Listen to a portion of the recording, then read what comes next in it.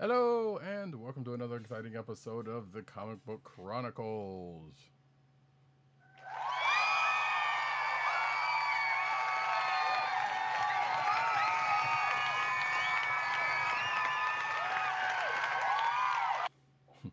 I am your host, Roddykat, and you can find me at Roddykat on Twitter. You can find me at NewsNerdsNeed on Twitter. You can also find me at CBCaps on Instagram.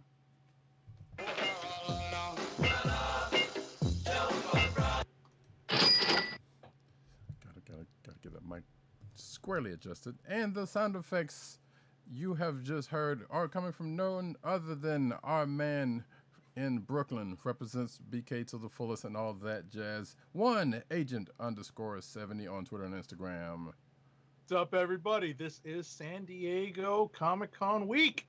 Where Brooklyn at? Where Brooklyn at? Where Brooklyn at? At home. That's right. That is right.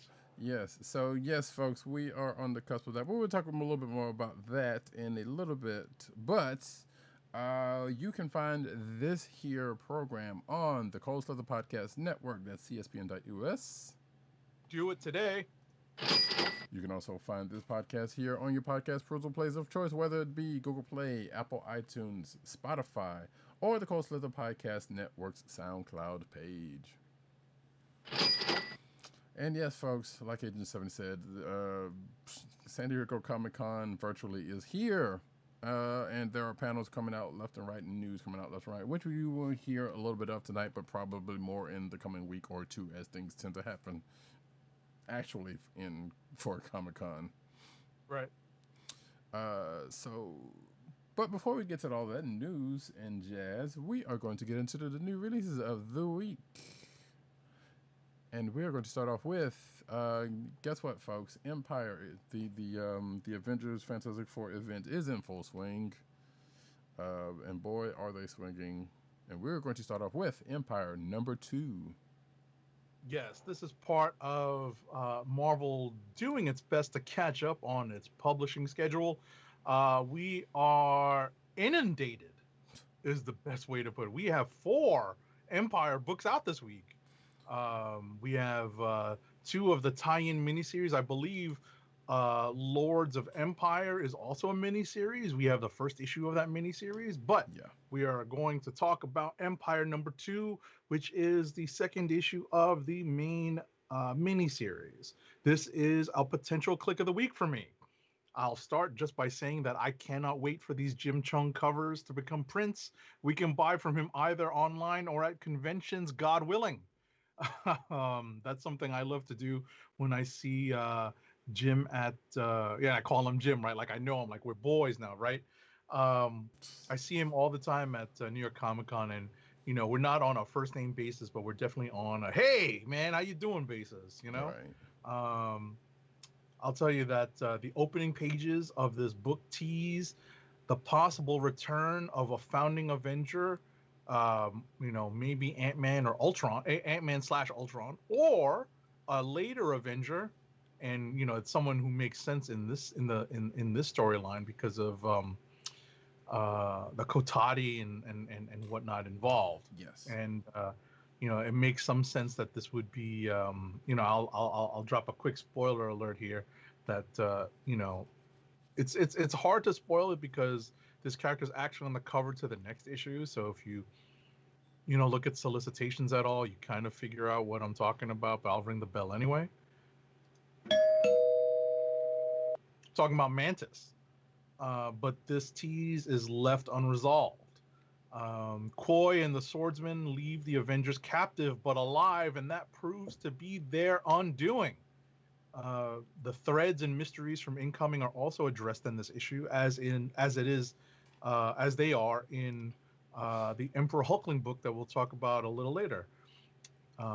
My favorite scene in this book is a great scene in showing Thor breaking the big 3 Avengers out of the trap that they're in, and Al Ewing using some old school Thor Shakespearean dialogue. I got a kick out of that. I love that. I know you did. Yes, I saw that. I was like, yeah, Agent 70's gonna love this one.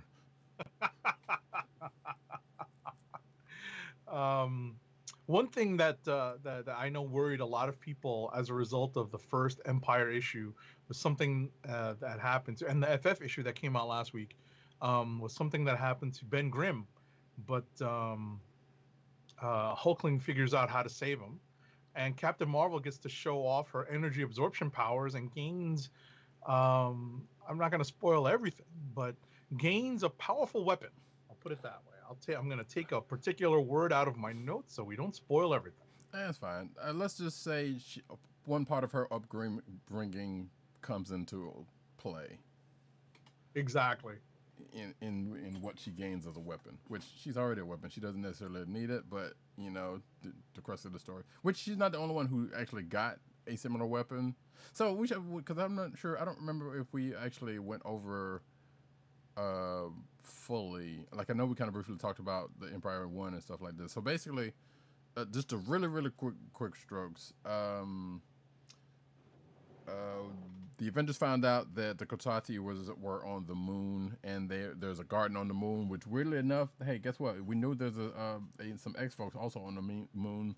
Why didn't they not see it prior to this? But maybe we'll get into that when they get more involved. Oh, I remember why we didn't go deeply into Empyre because you hadn't read it yet. Well, there was that. Yeah. I'm like, why are we doing this? Oh yeah, I because wasn't. I did I super wasn't. strokes. Yeah, I wasn't going to mention that part, but yes. I was like, wait a second, we talked about Empyre.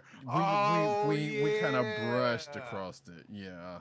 So, but yeah, brief strokes. Like I said, the Avengers found out there was the Kotati are on the moon, and this goes back to the Kree-Skrull War, which is even in the Road to Kree-Skrull War book. Prior to this, that was bringing all that up. We come to find out that the Celestial Messiah, who is the son of Mantis and the swordsman, who was long dead but turned into a Kotati, is back around. We saw him show up in issue 1 of Empyre.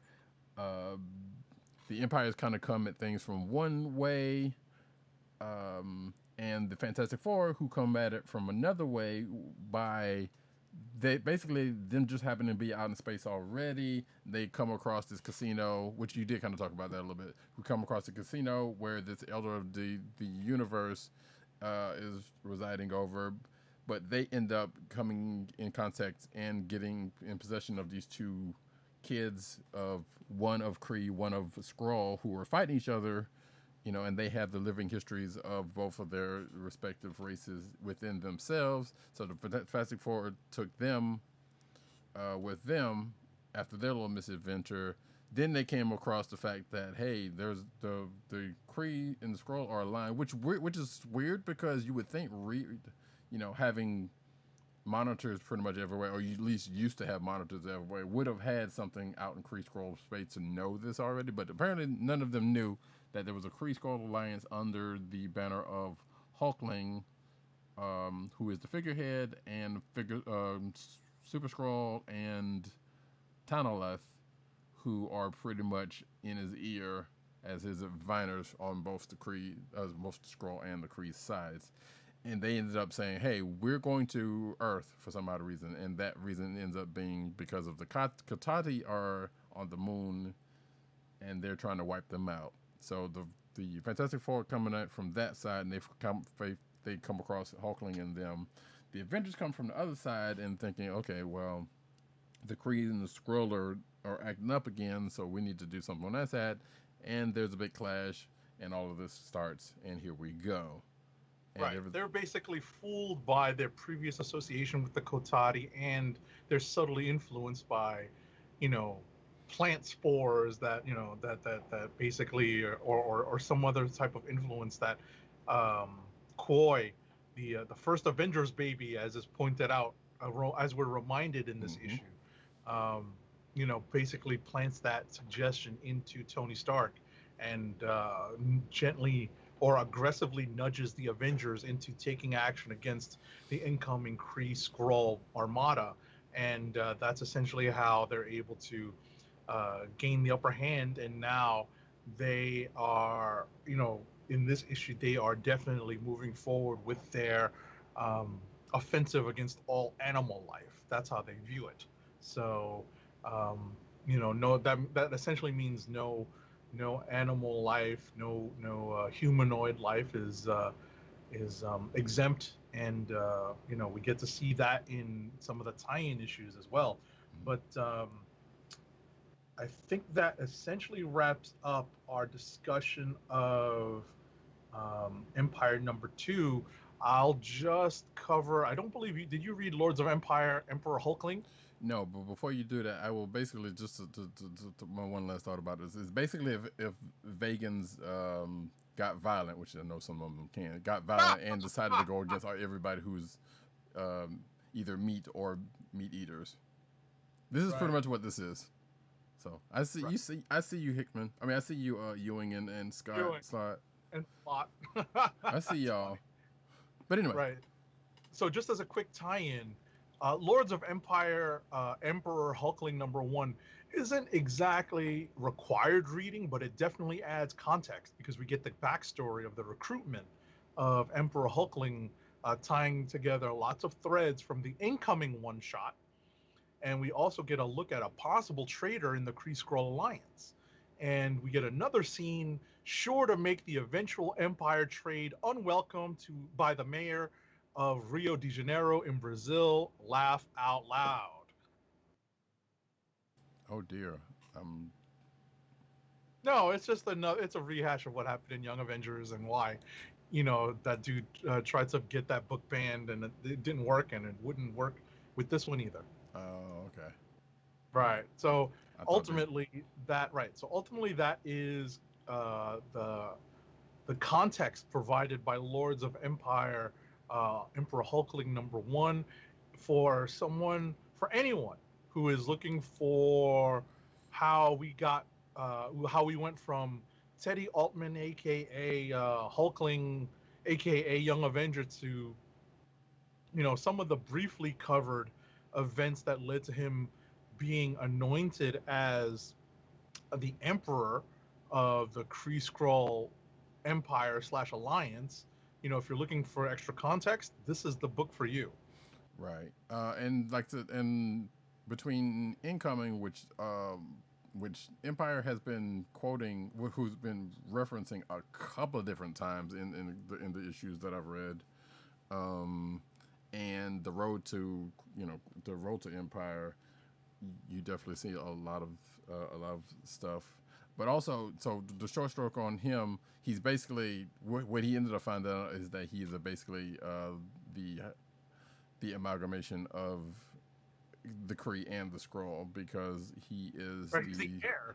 Yeah, because he's basically the heir of the Skrull Empire, but also because he is the son of the daughter of the Emperor of the Skrulls, and he's also Captain Marvel, aka Marvel's son.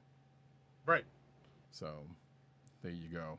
Which I think there's been rumors of, like, well back then, but who even knew or even cared back then. What I was going to say is I believe that had been long established, but had never been followed up on until now. Yeah. So there that is, and here we are. And I think what I was going to say about Lords of Empire was that I think this is basically a series of one-shots highlighting folks of note. In this case, Emperor Hulkling. I believe the next one is on Koi. Right. And I can't remember who else, but we'll talk about that one when we get to it. Next up, since we're on the Empire train, I guess we will go to. I can't remember what is the actual follow, because there is definitely a reading list or reading order, which I could have used, honestly. Yeah, same here. Because the one in the back of the book doesn't work. Yeah, kinda. Which there is a site that kind of does that, and I don't know if they're on top of it already, or if they've done the legwork on it already. But usually there is a site that would be like, hey, here's a reading order for this event and this event and that event, And I know they already started some stuff, but I don't know the whole thing. Anyway, so I guess we will go to. This is not an easy one because it doesn't really directly. It's not a direct tie. It's kind of an after. It's kind of a after everything's starting, and we'll go with Empire Avengers #1, I guess. Because either way we go is going to be kind of like this just kind of breaks off. If this was last week and everything kind of tied more closer together with like the Fantastic Four and whatever else, it would have worked out a little bit better. But here we are. Mhm. So Empire Avengers #1. The pretty much the short strokes of this one is that all right. Now that the Kotati have showed their hand, which Koi was like, all right, yeah, we get rid of all the plant face folks, and we're taking over. As opposed to being the downtrodden and whatnot, as they played themselves off to be at the beginning of this whole thing. They've invaded Earth, so they have pretty much laid down roots, let's say, because they're playing. Oh no! Where is it? And they are trying to take over the planet, and the Avengers are like, all right, let us split up into teams and try to safeguard the planet, see, to try to either get these folks off our planet or at least subdue them. So the Avengers split up into teams, and they end up meeting resistance on a couple of occasions, because we have one team of Quicksilver, Mockingbird, and Wonder Man who ends up going, and they end up with some resistance. Thankfully, Pietro, being himself, literally runs headlong into trouble and has to be saved by the other two members of the group, including Mockingbird, who's apparently sporting a gun. Which is weird because she rarely ever. Actually, I don't think she ever has, unless it's like a special gun or something like that. Right.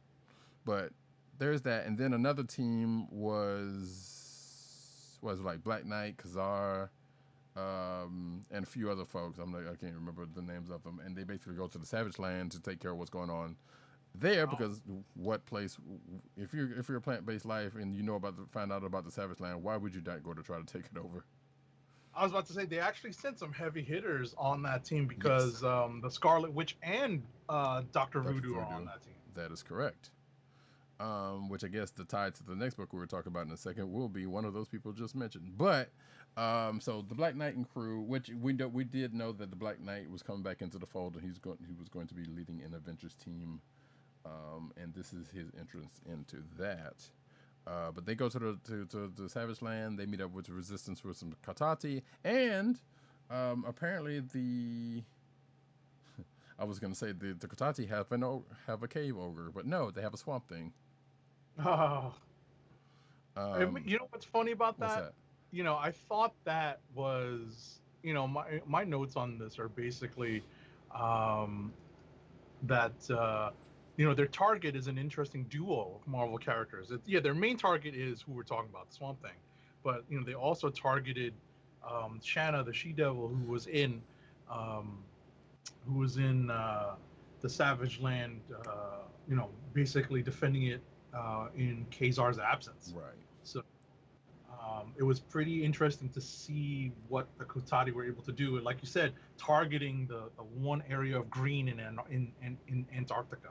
Mm-hmm. So yeah, like I said, if you're a plant-based life and you realize like, wait, there's a cold ass area surrounded by a bunch of plant life and other stuff, why would you not go there? So that's pretty much the gist of that book. And unless you got something else you want to mention about that one. No, that's pretty much it. I mean, it's just interesting to see that this is going to be like the various reserve Avengers, Mm-hmm. basically flying around the world to try to put out some of the Kotati fires, quote unquote. So that's going to be the crux of this issue. I guess we can move on to Empire X-Men. That is correct. And both basically my just very quickly, you can do the book, but my first and strongest reactions to this book is WTF or WTH. No, I was going to actually say no. You can go ahead and take the book, because we were pretty much of the same mind of that of the particular part that you were about to mention. Right, because essentially, what we have in this story is something that's set a month. Or actually, wait, That was like It- 7, 8 months. no. What I was going to say is it actually starts a year Right. prior to the events of Empire. Right. That's where the ball gets rolling, because the Scarlet Witch is on her own path to redemption, and you know this ties back to the events of Disassembled and House of M, Yeah. and you know, Scarlet Witch really has had a tough time over the last, decade. It's kind of hard to say decade. You know, definitely has had a hard time over the past decade and a half to 20. Jesus, 20 years. It's been a while. Yeah. Yeah, she's definitely had a hard time for a long time, and she's looking to make up for it. So she's consulting with Doctor Strange and makes her way around the world to gain um, several pieces of arcane magic and artifacts, and together tries to and with all that together tries to make up for her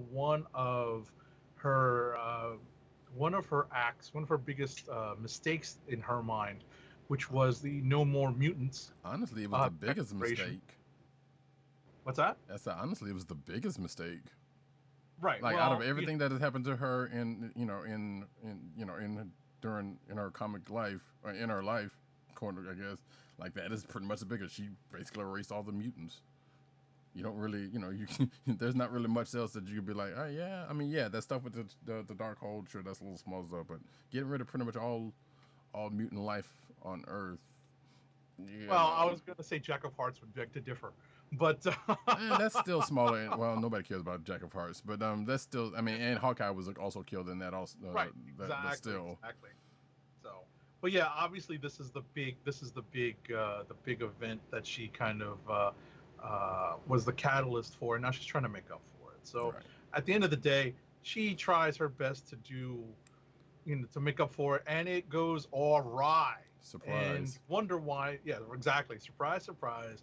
You wonder why she wouldn't at least consult with Xavier and the Quiet Council on Krakoa. Obviously, she's on the outs with them. She's not exactly a welcome person on Krakoa. So, it's still, begs the question, why do this on her own, doing something that if she had read any popular culture or any, um,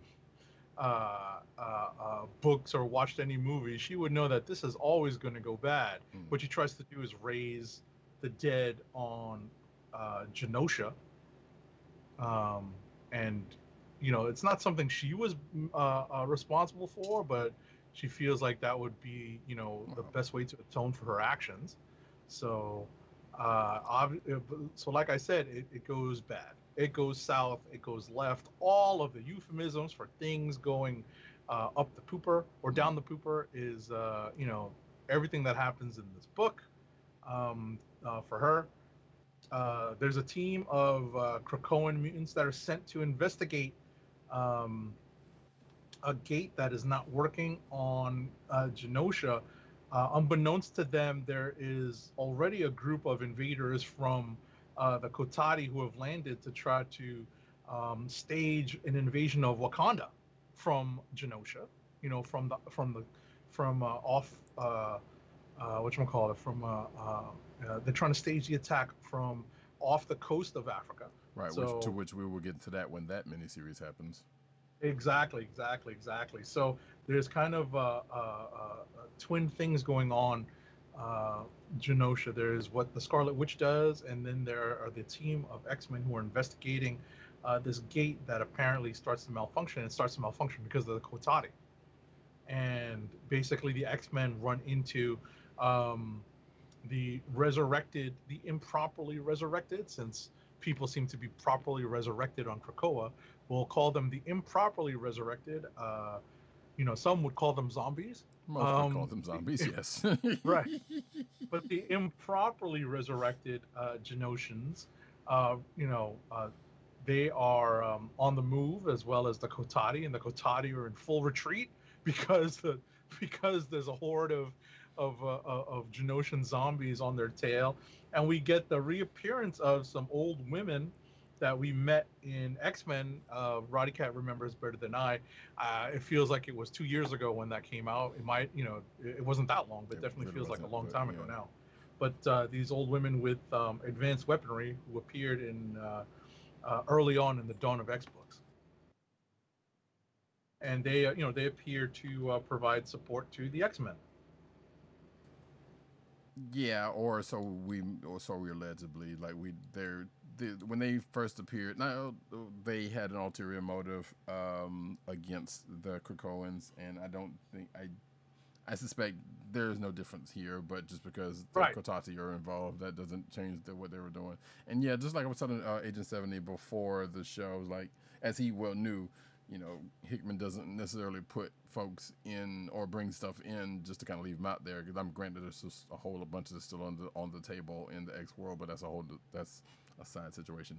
But in this case, these old ladies who pretty much gave some heavy hitter X-Men a run for their money are now back for some odd reason, and it's kind of funny, and I can't wait to see what happens with that part at the very least. Right. I But just the had go one more thing to add. what's that? I had one thing to add. This is something that we talked about offline.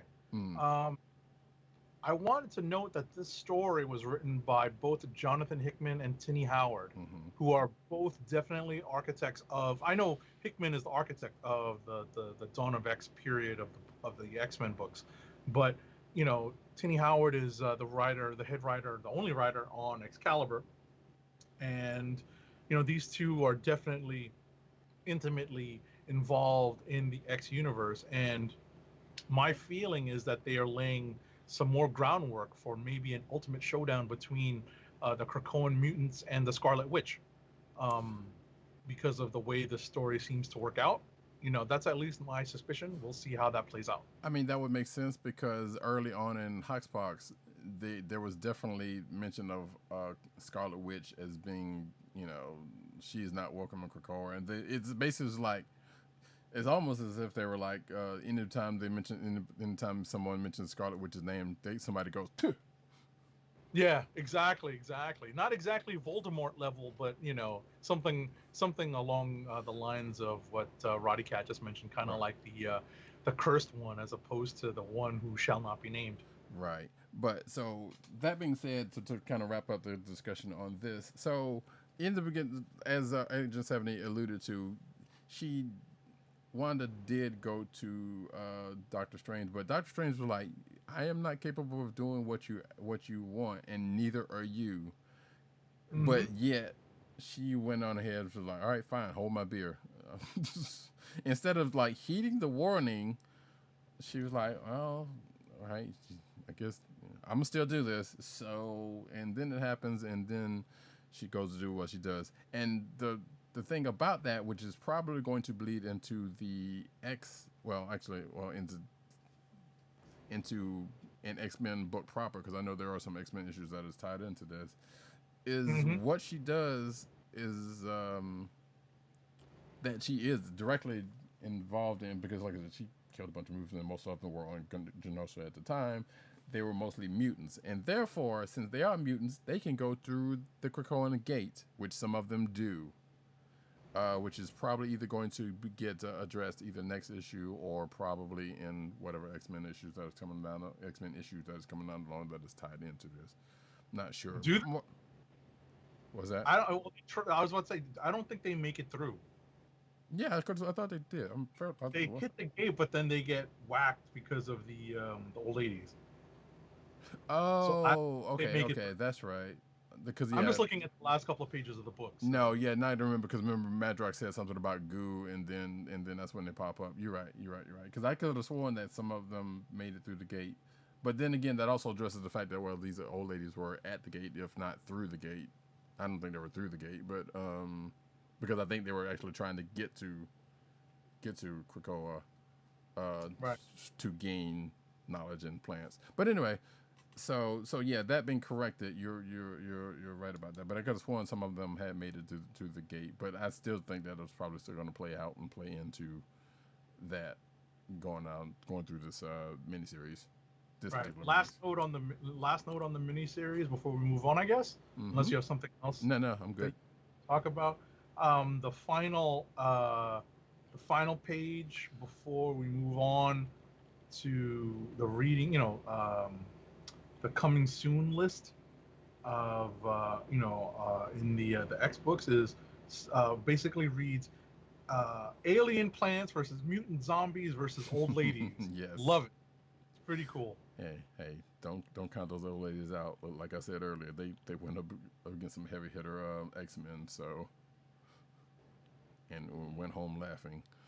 But yeah, that's that. So next, I guess since we're on the X corner of the world, let's continue down that road.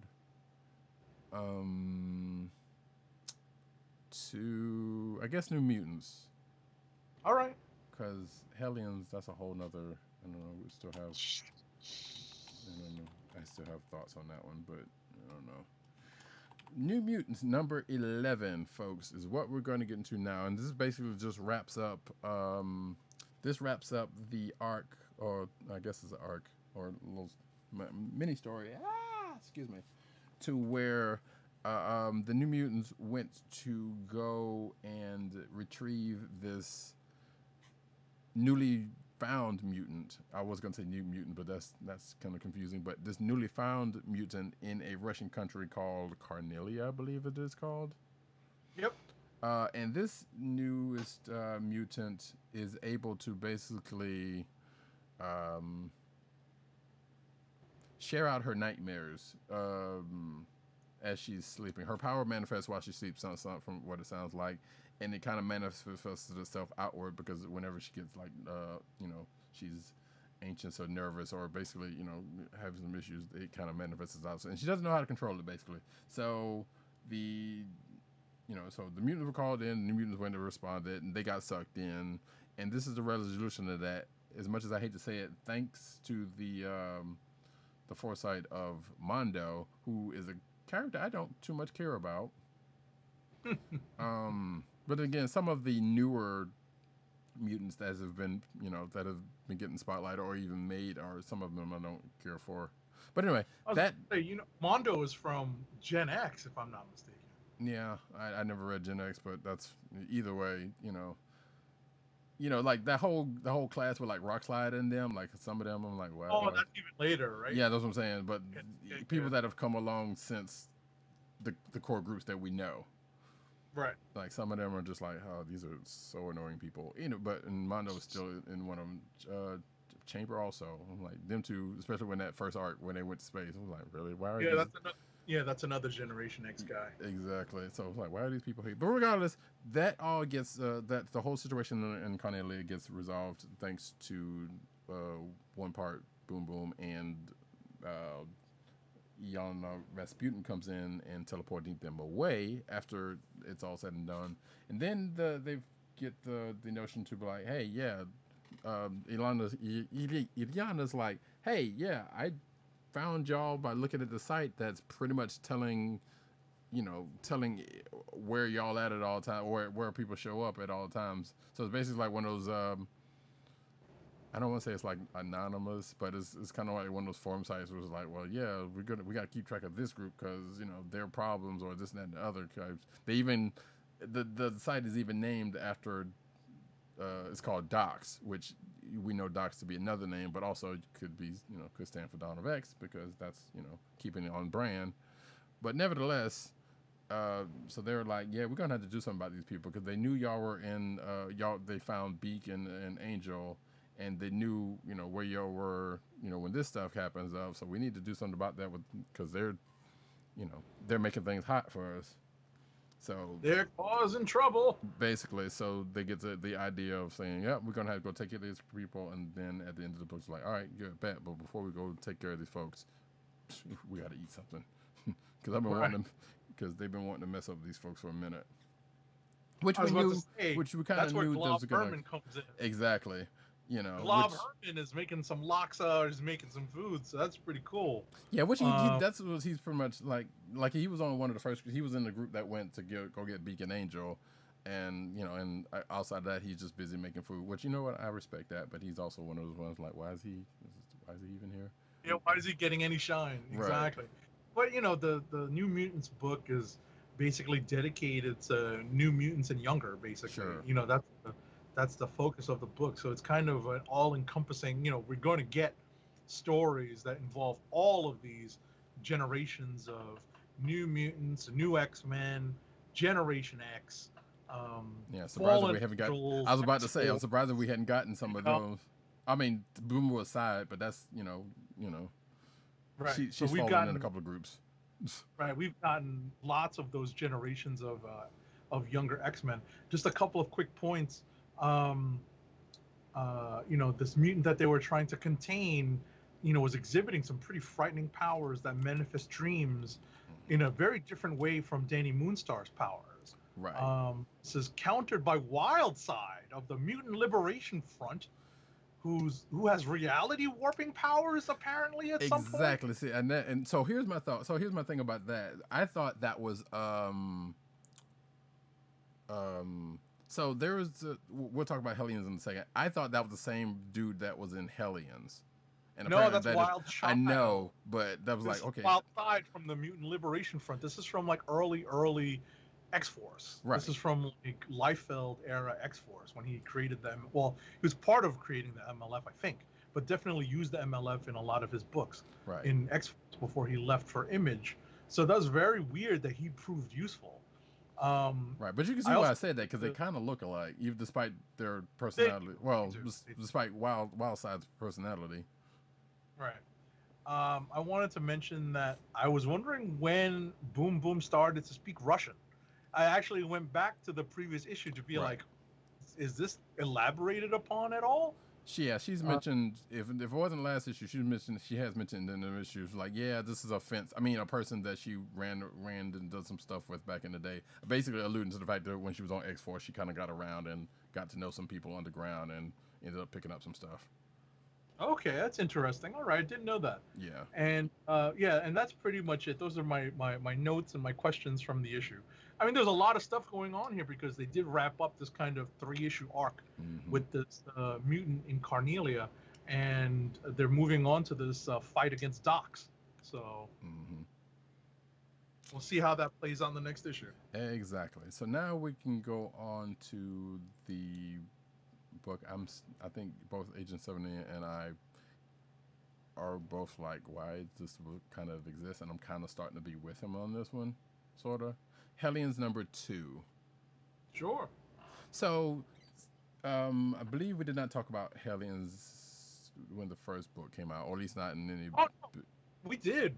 I actually made a point of talking about how after I read it, I wanted to buy a physical copy of the first issue. Mhm. Okay. We definitely did. So go on. So this team was basically for the short strokes and the book. This team was put together by basically Mr. Sinister, and these are the folks that have violent tendencies and have no outlet for them. So this is kind of different from Fallen Angels, which is another book that is also out, which also has Psylocke, aka Quanon, in it, who's basically captaining the team. But the difference between Fallen Angels and this one is like, okay, Fallen Angels are basically like, yeah, these are folks who are kind of restless and kind of feel outcast even from their own folks, but they are still more on the heroic side than Hellions. Hellions are basically made up of mostly folks, like I said, who, for the most part, with the exception of Havoc, are former mutant villains of the X-Men. So we have Marauders, which Marauders is another book, but this is I was about to Marauders. say, pause for a second. Havoc has been an X-Men villain too. Do you really count that though? I mean, yes, he was a magistrate in Genosha. Remember that in doesn't count. Extinction Agenda? He was brainwashed. That don't count. After he came out of the Siege Perilous, I know. But Yeah. anyway, there's a reason why Havoc is on this team, but I do agree with you. On balance, he doesn't seem like he belongs. Right, and the reason why they genned up for this is because in the last issue he basically almost killed some folks. And Alex, yes, had some issues with stability. He's a little hothead. He's the younger brother. If you didn't know, Havoc is the younger brother of Scott, aka Cyclops, and he's a little hothead. But he has gone on to, there's Uncanny Avengers. He's headed X Factor at one point in time, so he's had his moments he's had good moments, but also he's like, I'm just gonna go ahead and blast folks and whatever. And he was about to do this here because he was like kind of feeling a little unstable. Maybe they'll get into that a little bit. But regardless, this team was put together by Mr. Sinister. Oddly enough, funnily enough, not even oddly enough, because Mr. Sinister's like, yeah, I know what it feels like to have violent tendencies and have no outlet for them, and be a little on that, possibly mentally unstable. So I would take these folks under my wings and have them do missions for me. Alex just so happened to be on that because of one reason, which led Cyclops to be like, okay, Cyclops, basically having Cyclops to be on the team to watch over Alex, and that's why she's on the team. Kind of, sort of against, not necessarily against her will, but reluctantly. So their first mission that Mr. Sinister sends them on to was to basically go and demolish one of his own orphanages. Coincidentally, not even coincidentally, is the orphanage that he held Scott and Alex in for a while. And apparently that and also is one of the same orphanages that he pretty much put the Marauders together in, which comes into play because Mr. Sinister doesn't say anything to the team, mind you, about who's there, which even though he already knows. But apparently what we come to find out is that basically the rest of the Marauders outside of what's his dude's name?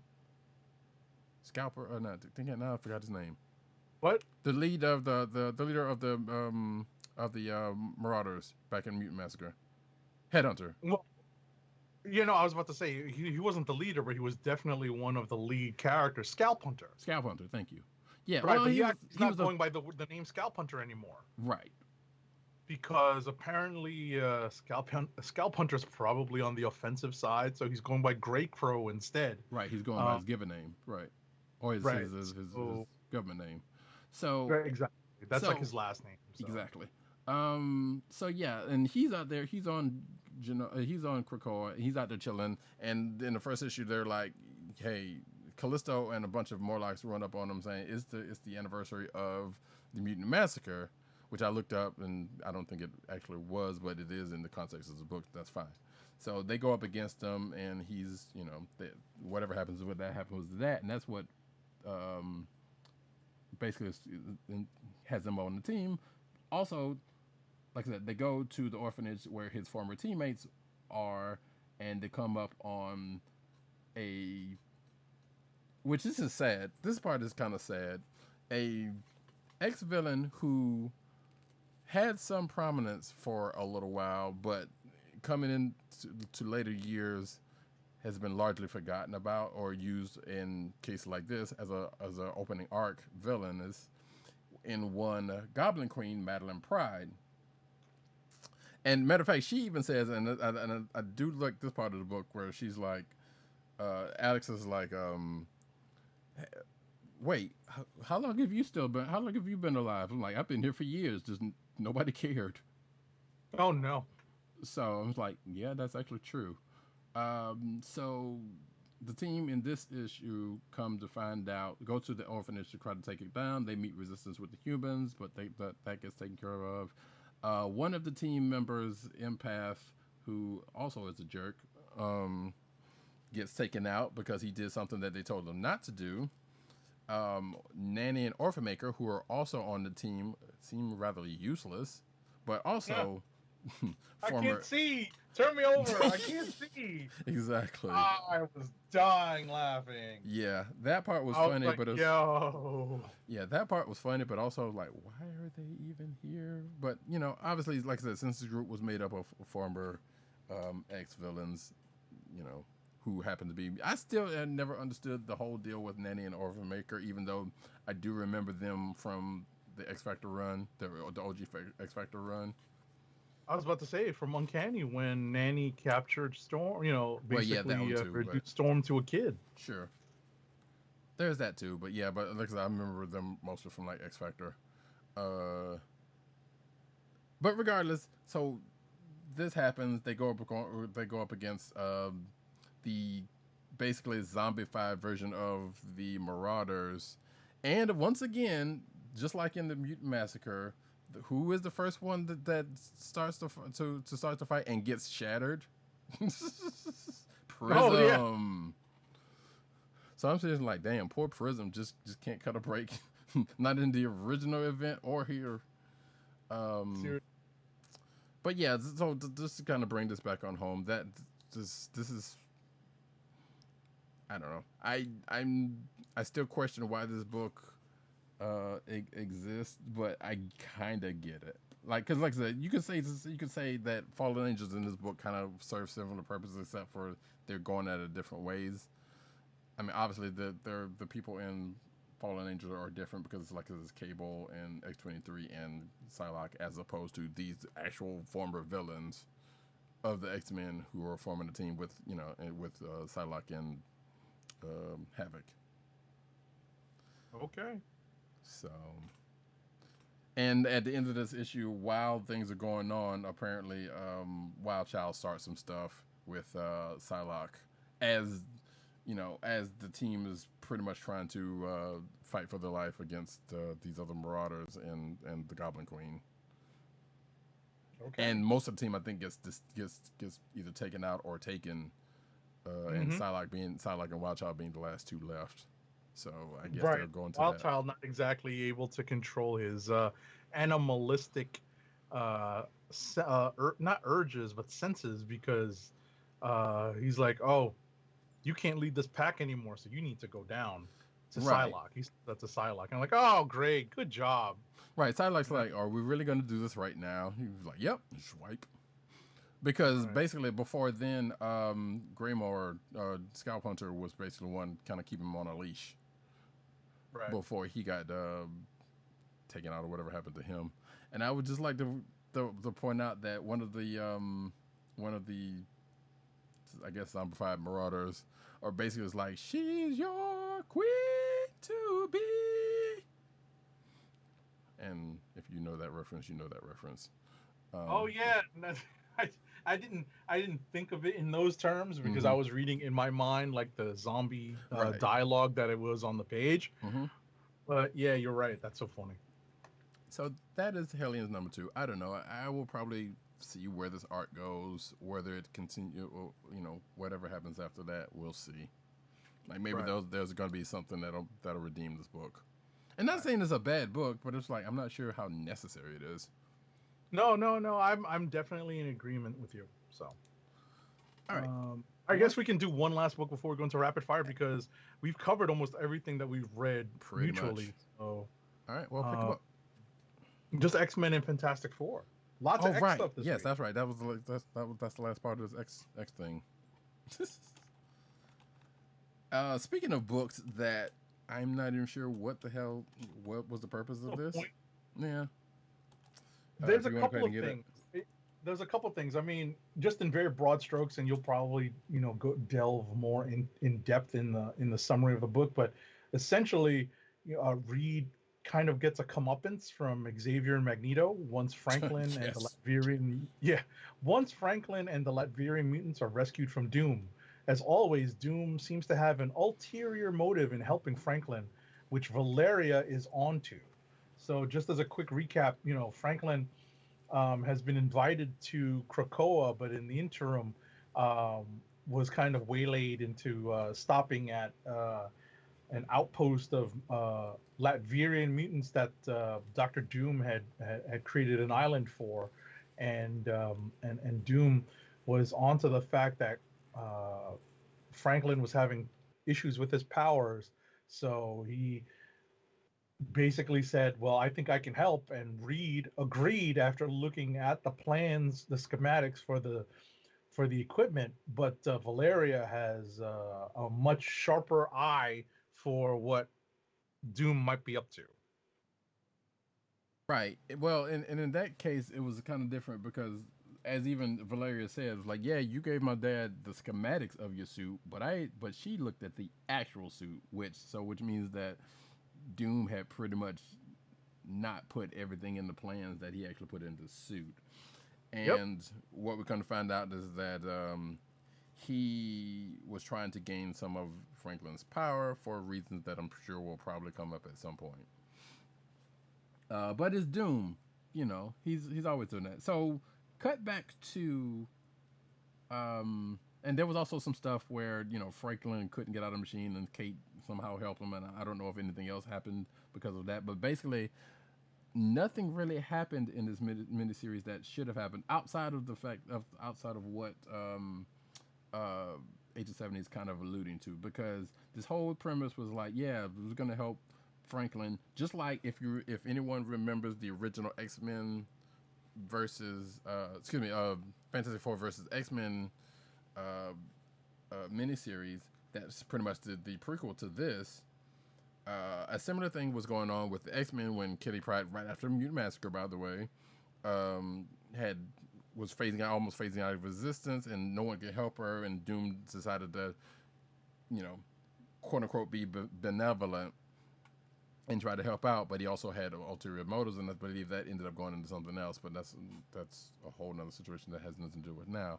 This is pretty much it. And Franklin was involved because he was a little kid and they were friends, and you know, yada yada. So that was pretty much the impetus for them to come back to this on the other side of that and do this whole miniseries here. And as Agent 70 said, Reed Richards not only gives a comeuppance, he basically was. Charles Xavier was like, I did this to you, and I want you to remember I did this to you, because he was like, and this was something that probably, if it came up in the first issue, I don't remember, because the first issue was, you know, the Korra's coming to try to get Franklin. There was a big fight. Franklin and Kate basically stowed away. Franklin tried to go through the gate, but he couldn't. What we come to find out is that Reed had this machine that, could mask the mutant gene, and potentially take it away. And I speculate that was the reason why Franklin could not go into the game, because Franklin is a mutant. But none of that was really, I don't think none of that was actually ever said up until this last book, this last issue. Yeah, it was more the potential, because that wasn't what Reed had invented it for, but definitely had the potential to do that. And Roddykat is right on with that, because they mentioned that here, even though the initial reason for doing it, the original thing that Reed Richards had designed it for was to mask the mutant gene from the Krakoan gates to keep Franklin from going through. Or just to be, or in general, just like, say, if like, so like, I was imagining if like Cerebro was trying to find mutants, then their mutant gene could be masked. Or Sentinel. Or Sentinel, exactly. Could be. So at the end of it, like Agent 70 said, basically Charles Xavier and Magneto was like, you know what, you cannot have this knowledge. So Charles Xavier basically took the knowledge of this machine away from Reed, so that he cannot make the machine over again. And he references the Illuminati stuff that they did back in the day too. Right. Yeah, because he was like, yeah, because you know what would have happened back in the day? I would have taken all of your memories, which did happen. We saw what happened. Not all of your mentioned, but remember what happened in Infinity when it did the Cap, and other times in the past. But he was like, no, I want you to know that I did this. so you know, so that you know that I know. And then that's where this book ends. And I feel like, again, that's got to come up some kind of way. Mm-hmm. There's no way in the world they're just going to leave that out there like that. But largely, this miniseries, outside of that last part, was, you know, like nothing really happened. Everything, like Franklin's power still broke. You know, things are pretty much the way it was. But then again, I could also say that about the original miniseries, Fantastic Four versus X-Men, because, well, no, I take it back, because even then, Kitty's power was getting better at the end of that, but she was still phased, but it was just a slow getting back together. So technically, more happened then on that front than what happened here. Now maybe something's gonna happen. Obviously, well, not obviously, but something's gonna happen with Franklin's powers, and this may or may not be the end of that. Also, because that is an ongoing thing. But as of this point, it's still broken and possibly still leaving him. Mm-hmm. And that, folks, was that book. And again, that was the last issue, so that was it. And I guess unless you have something else to say about this book, we can go to the Rapids. Oh, rapid fire, because I've got a lot to cover. So Hit it. Here we go.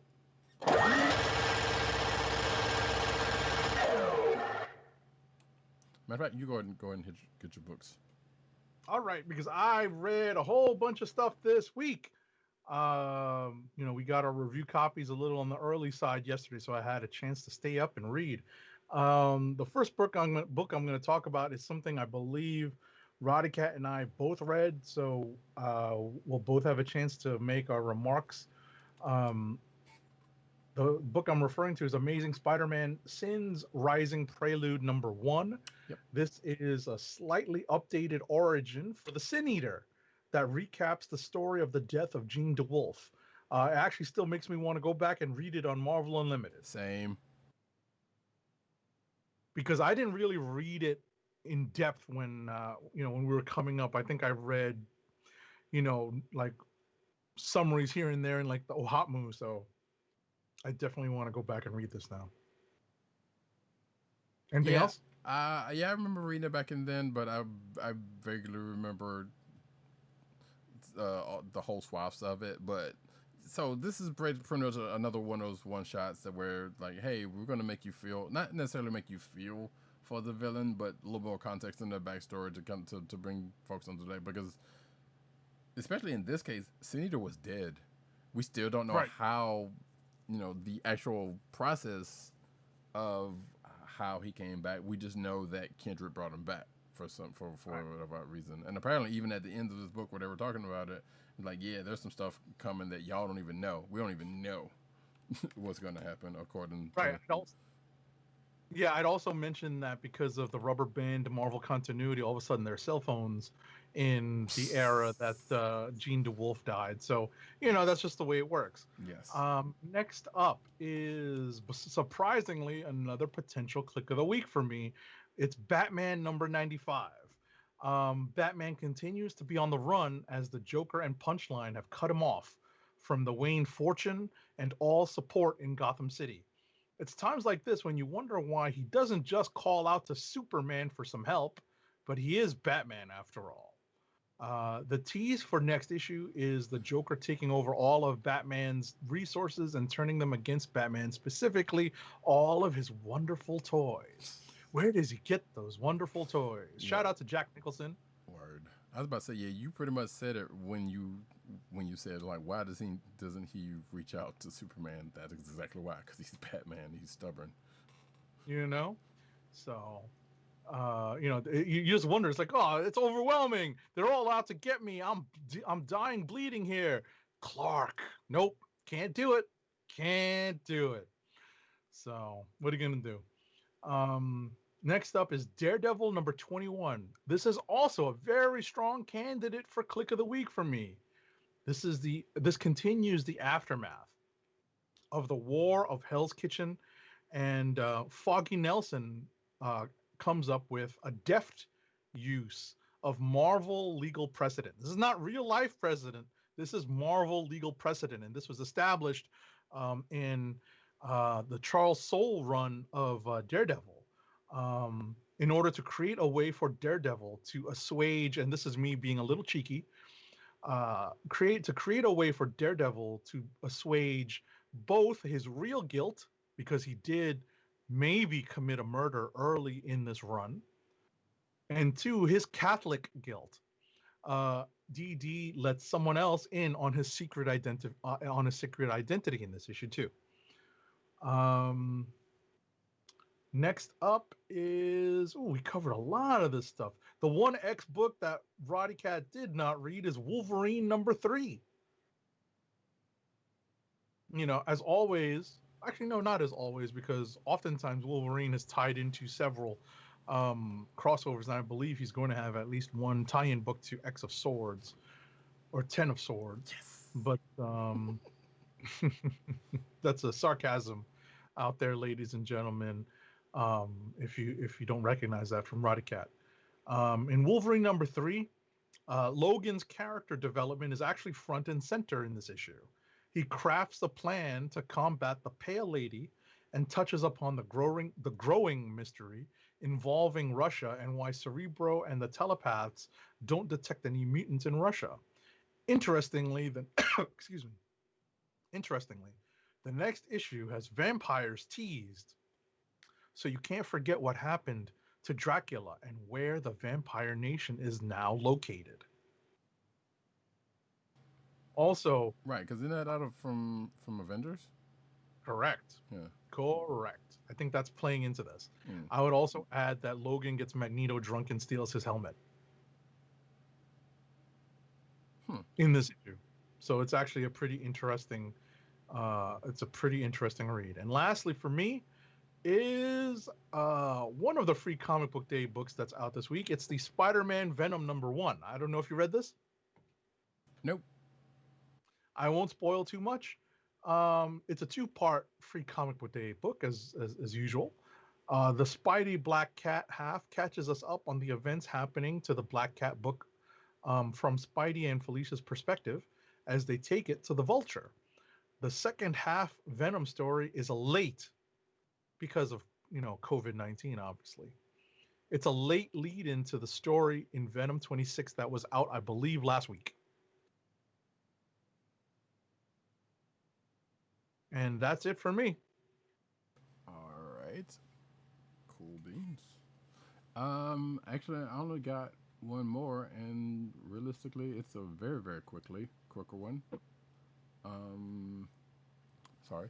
G.I. Joe, Real American Hero, Complete Silence. So, folks, you may or may not have known about a little-known issue of the Marvel version of G.I. Joe, called issue number 21, the silent issue, called Silent Interlude. Guess what, folks? Here's a reprint of said issue, but with the added addition of a 0.5 story that is also silent, that is that has something to do with, I guess this is pretty much like the in-between moments of Silent Interlude, let's just say, from what it looks like. And that's pretty much all you really need to know about that. If you've ever seen that issue, it's a iconic issue. In fact, we've talked about it recently when there was a video someone did based off of this issue that they did in stop motion. And now they have actually another issue to do if they so choose, because this 0.5 issue is pretty much more of that. Right. To kind of fill in the gaps of some things. So. Right. And also of note, and I believe I made the same point when we were talking about the video, this is the first appearance of Storm Shadow. That is correct. In the comics. It's pretty interesting that it was just something that, didn't really cross my mind until I saw it noted that this was in fact the first appearance of Storm Shadow. And also basically reference to let's say Storm Shadow and Snake Eyes is common ground, for right. lack of a better term. But yeah, so you can check it out. Like I said, it's done by Larry Hama, so the original person who did the original issue. I mean, he's still doing G.I. Joe anyways, for IDW, to kind of taken on from the Marvel stuff, which I kind of feel compelled to go back and read sometimes, but not, maybe more so the Transformers ones than he did not do for Marvel than G.I. Joe. But sometimes going back and reading some of that stuff is kind of interesting. Well, it's the early stuff, I think is probably the most satisfying, because there's just so many characters they're introducing because of the toys, right, that it gets a little overwhelming. But when you're dealing with like the first and second generation Joes, which we're probably familiar with because those came out while we were literally asking our moms and dads for for these specific G.I. Joe toys, and these are the ones that we saw in the cartoons. Those are the ones I think have are the closest to our respective hearts. So it's those are the books I think I would recommend that if you're going to look into the first run GI Joe stuff, stick to everything up to maybe issue 50, and then after that you start looking at maybe like from there you can start to maybe you can either think about stopping or just kind of seeing where how comfortable you are reading the rest. But It's I not think that- up to issue 50 I think is pretty solid. Right. I think though it doesn't go that much farther than that, because doesn't it like stop at 80? No, Or am I thinking of Transformers? it might be Transformers. I believe the original Marvel GI Joe went a little further than that. Right. Because we know there were like special missions and stuff like that happened. Right. Hold on. Let's just check this out real quick before we move on to clicks of the week. Yeah. Just a little, You got me curious. Yeah, exactly. We'll save y'all an email, which I don't think we've ever really gotten too much of those, or Or a comment or a or tweet a or comment. something. Yeah, And we're old. It went Sometimes. to 155, man. Oh, okay. I mean, So- the last several numbers were really. Oh, that's right. Because Hama took it back up from 156. Or Right. That's right. IDW. Right. Right. So. Or actually, he did a 155. Technically, did a 155 like 0.5 or something like that. But still, regardless, he took up from there. Right. But in terms of the GI Joe characters that we knew, you could probably read up to 50, maybe 60, and those are going to be, the whatchamacallit, those are going to be the characters that we know best. After that, it gets a little iffy. So, yeah, I mean, again, some of the special mission special mission stuff in the early beginning, in the early times, was actually halfway good rather. But yeah, I would probably agree with what Agent 77 is about that. But unless you just want to be completist, but you will not be complete because he's still doing the book and still going. Oh, I was gonna note the reason why I thought of 50 is because that's when they introduced Serpentor, so or 49. So Sure. I remember that as a kid. Like I think I was in like early junior high school when that happened. Like seeing it in the comics or late elementary school when Serpentor was introduced. I think. Right, I'm pretty sure that was after the miniseries that did the same introduction. Oh, it's 86. So yeah, this is definitely like early junior high school for me. Like I was already kind of out of the toy collecting at that point, but I was still seeing the comics here and there. Sure. So, and seeing the cartoon, obviously. Right. Cool. That being the case, like I said, if you are so interested in that, like I said, it is a reprint, but has some potentially extra stuff. Because I don't know if that 0.5 was. It looks like it was previously published. The 0.5 one. Yeah. Okay. It looks like it was previously published, and for the first time they're put together in one. Okay. That in a makes compilation. Sense. Yeah, that makes sense. Because like I said, because even when Hama restarted, restarted Real American Hero, he was kind of going back on some stuff, like I said, with the 0.5 stuff. So I wouldn't be surprised that this would be one of the issues added some stuff to. So, cool. All right. That being the case, we'll move on to Clicks of the Week. Clicks of the week.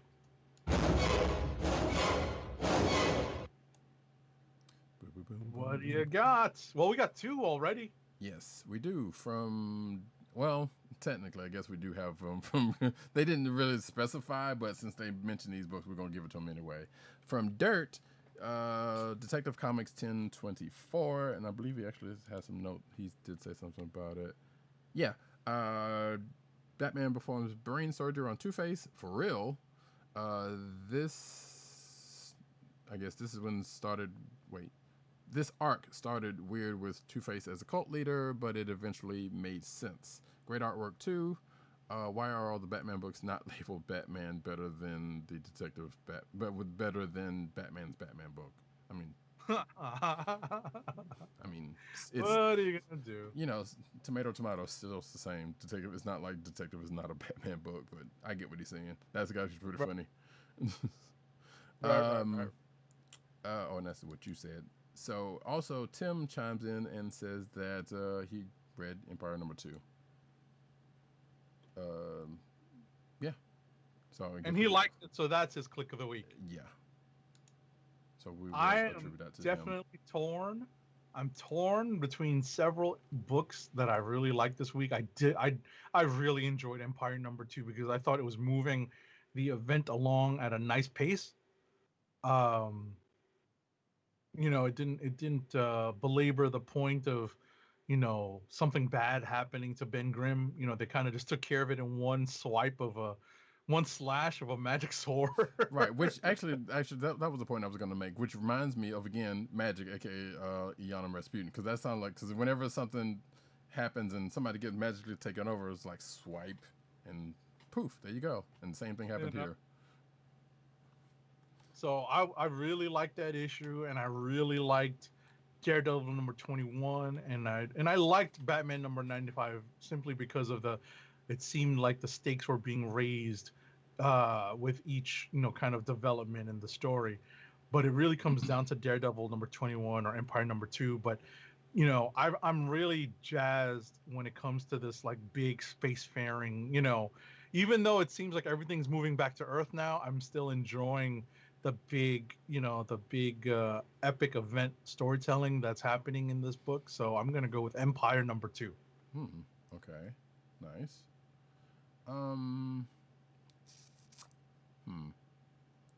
mean, that is the one that's pretty much,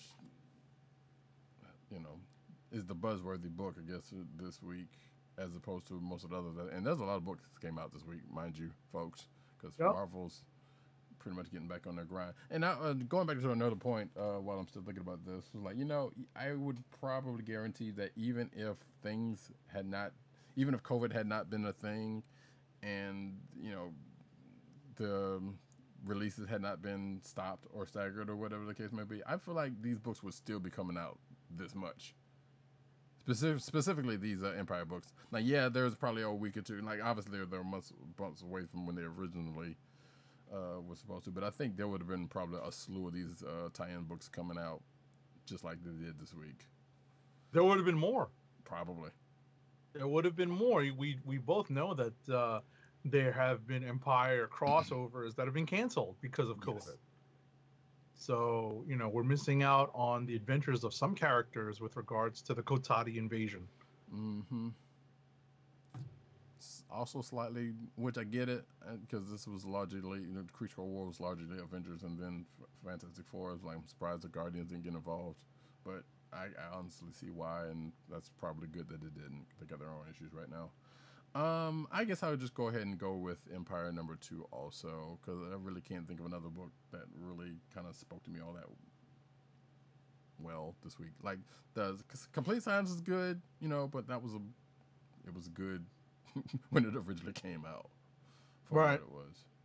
And the additional content of that, pretty much adds to it. But, sure. All right. With that, we will now venture on to the news section. But first, an ad read. Our first ad read of the night is for Funko, Fun at First Sight. It's your home for exclusive collectibles such as their world's famous pop vinyl bobbleheads, apparel including t-shirts, hats, and socks, and brand merchandise such as custom DIY pop figures, art books, and skateboards. And now the listeners of the Comic Book Chronicles can enjoy 10% off your entire purchase when shopping at Funko. To place your first order with 10% off and to help keep our show free for you, go to our network website at cspn.us. That's cspn.us. Then click on the Keep Our Podcast free link at the top of the page. From there, scroll down to the Funko link and place your order. When you get to the checkout, put in the offer code SHOP10 for your 10% off discount. Funko through cspn.us. Do it today. And now here comes the news.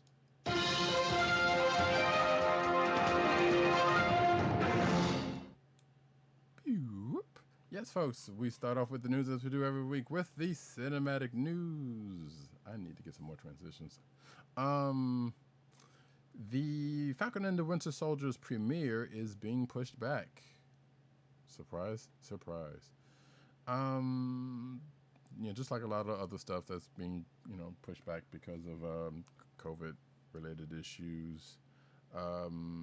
Yeah, Falcon and Winter Soldier is also doing that, and I think did it gave a date actually. I thought it did, but apparently it doesn't. But yeah, it's been pushed back, but I'm not sure what the date's going to be now. Mm-hmm. But I think it is definitely into 2021, if I'm not mistaken. Not a surprise. Nope, not at all. Next up. This is a minor surprise. There's a report that Disney Plus's Ms. Marvel show is going to begin shooting this fall. One of the projects from Disney Plus's second wave, we haven't even seen the first wave really, of Marvel Studio shows, Ms. Marvel has received an apparent start window. According to a report from Murphy's Multiverse, Ms. Marvel will begin filming in Atlanta, Georgia in November, and the production plans to wrap up principal photography by March 2021. So we won't see this until late 2021. Previously, Ms. Marvel was set to start filming in August, but this was delayed due to the ongoing COVID-19 pandemic. Yep. So yeah, stay tuned for more news. Looks like we're Jesus and Miro. I know, right? That was unintentional, but hey, it just happened.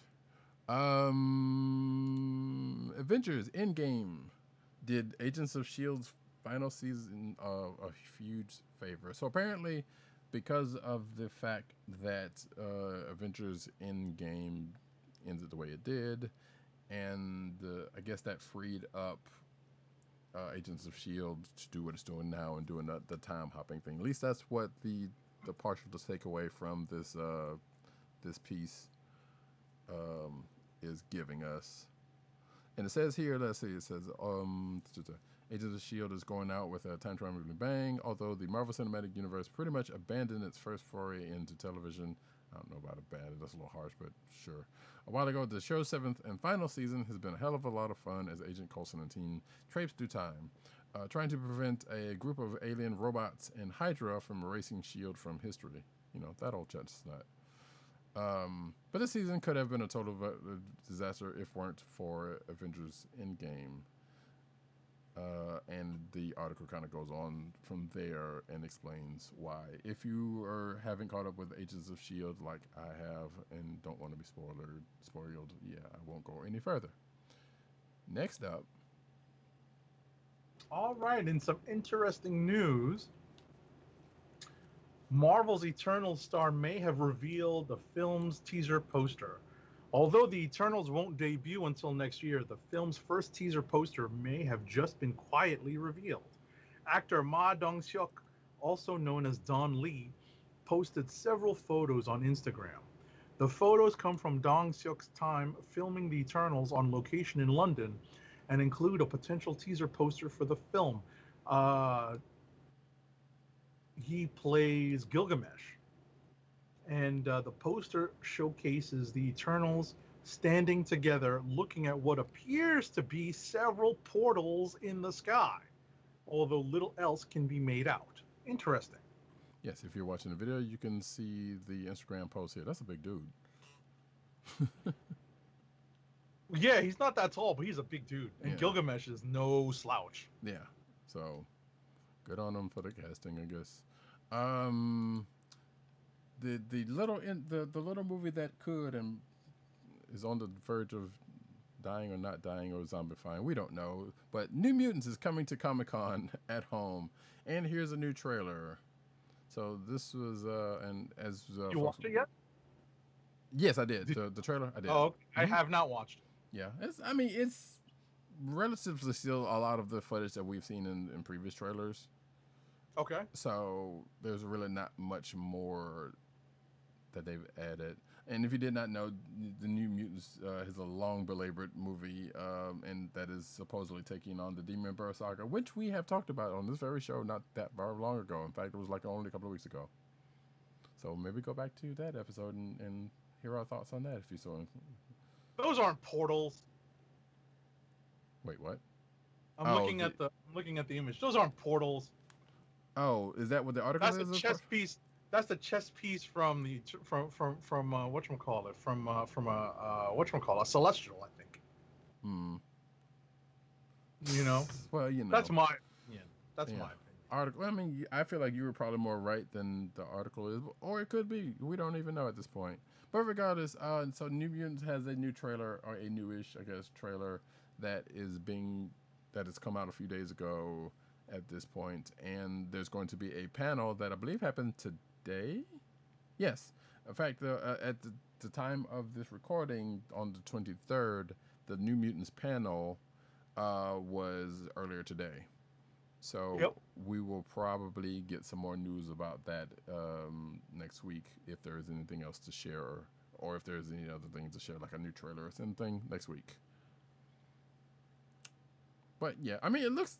I'm still kind of on the fence about this one because what we now know that they're referencing, having just finished reading it a couple of weeks ago, and what is being shown in the trailer is a little bit of a division. But then again, it's the cinematic version, so things are not going to be directly the same. But it still looks good. You know, they definitely did some good casting also for a couple of characters specifically, and maybe less so in others. But we'll see. Hopefully, if this movie ever actually comes out, this poor movie, it's so sad. It's so sad. I'm going to sit here and say, without even seeing it, this movie didn't deserve everything that's happened to it. But also, Fox was probably going to screw it up anyway. So thankfully, Yeah, I was about to say you hit upon I think the main point for fans of the characters and fans of the stories that they're basing the movie upon. So they probably did screw it up. I mean, and again, a lot of that was is pretty much still in the movie, so that's still left to be said whether it's going to be messed up or not. But we'll see. We'll see if it ever comes out. Next up, we'll see. There's a rumor out that Solo, A Star Wars Stories, Donald Glover, aka the Prowler, is rumored to reprise his role as Lando Calrissian and mispronounce Han as Han to headline a new Disney Plus series. The latest episode of the Kessel Run Radio Video podcast revealed the rumor in its final segment. At this time, it is unknown what the official title of the Star Wars series would be if it comes to fruition, though the podcast reports one possibility is the Calrissian Chronicles. Hey, lay off the Chronicles. No, we don't. We can't do anything about that one. Chronicles is enough. Like if they say Comic Book Chronicles, we got them. But we can give that to them. And believe me, folks, that somebody has tried before. But we won't talk about that. Yes. So next up, Disney delays Mulan indefinitely. Star Wars and Avatar movies pushed back a year. Now, obviously, the main draw here is Star Wars because of synergy. But hey, people love them some Mulan, and this is the Mulan live action movie. Right. And the less said about those Avatar movies, the better. Excuse me, and we're talking about Avatar, the blue people. Yes, the blue space white savior movie, not the last Airbender movie, which was terrible from what I hear. I have not watched it and don't plan to it. None by Shyamalama. So, Mulan is no longer being released on August 21st and is now unset on Disney characters, and I wonder if some of that has anything to do with some of the skerfuffle with, I believe, the Star saying some things on social media a while back. Not sure, or was it the Star? Somebody said something. It might have been the Star, but regardless, it might be other things other than that. Who knows? But see, Disney's making some major changes to its release calendar that includes delaying Mulan from its August 21st release indefinitely and pushing back to future Star Wars movies and Avatar movies by a year, which we knew we were getting Star Wars stuff. We just didn't, we had already talked last week, I think, about some stuff that was coming down the line. So yeah. See, on Thursday, the company said that the theater closure and production shutdowns during the global coronavirus, aka COVID pandemic, caused it to make a number of adjustments to its slate. So there you go. And apparently Disney shares fell slightly in after-hours trading and were down nearly 1%. Oh no, that means one less stack of gold bars in the money bin. Oh no, Uncle Scrooge, what are you gonna do? I know, right? So anyway, Next up. anyway, so as a guest on the Tonight Show with dumbass Jimmy Fallon, yes, I Wow. am not a fan of Jimmy Fallon. Clearly. Screw. Listen, he lives here in New York. He actually doesn't live too far away from where I go to church, and a lot of people I know have met him Hmm. and say he's a nice guy. He's a dumbass. Screw him. Wow. So, Okay. um, but as a guest on the Tonight Show with Jimmy Fallon, yeah, seriously, shots fired. If y'all got any defense for Jimmy Fallon, you come at me, son. Bring it. So, um, James McAvoy spoke on that moron show. Spoke about a recent Star Trek parody he was a part of. He also confessed that he is more than open to taking on the role of Star Trek's Captain Jean-Luc Picard as a young Captain Picard. McAvoy, known for his role as a young Charles Xavier in the X-Men films, is no stranger to being Patrick Stewart's successor. Stewart originated the Xavier role in 2000's X-Men, and after Stewart recently reprised his role as Jean-Luc Picard in CBS All Access's Star Trek Picard, fans, excuse me, began to joke that McAvoy could once again play a younger version of Stewart. In response to this fan speculation and teasing, McAvoy filmed a homemade Star Trek parody entitled Star Force. Did you watch this? I did not. When I finally read this article, I was like, huh, I should go check that out, and I never did. Same. In which he actually plays Captain Picard. It's a 12-minute video that was filmed during the COVID pandemic, featuring each actor filming segments within their own homes. So they were basically all on video, I would imagine. Well, actually, no, you don't necessarily have to, because tracking shots or whatever being what they are. So I will definitely check this out. McAvoy's actually got some range. Mm-hmm. So, and again, we already know he definitely can. He's played after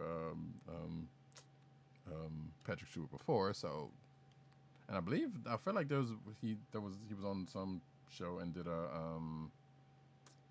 pretty good impression of him. I might be wrong about that. So, regardless, yeah, like I said, check this out if you're so interested. Like we're kind of interested, probably check this out. Go check out the show notes. Next up, Star Trek's next animated show will be called Prodigy, and it will debut in 2021. The Star Trek Universe panel at Comic Con at Home 2020 celebrated not one, not two, but 5 different Star Trek shows that are currently in various stages of production and development. The new seasons looks like of course, the new seasons of Discovery and Star Trek Picard. There's that new Star Trek Lower Deck show, animated show that's coming out. And apparently, I did not know about this one or this Prodigy one, but Star Trek: Strange New Worlds, which seems to me as a Star Trek fan kind of redundant because that's pretty much most of their mission in Star Trek. So just having that as a title, but semantic, whatever. We're not gonna, and of course, Star Trek Prodigy, which was announced during the panel, which sounds like.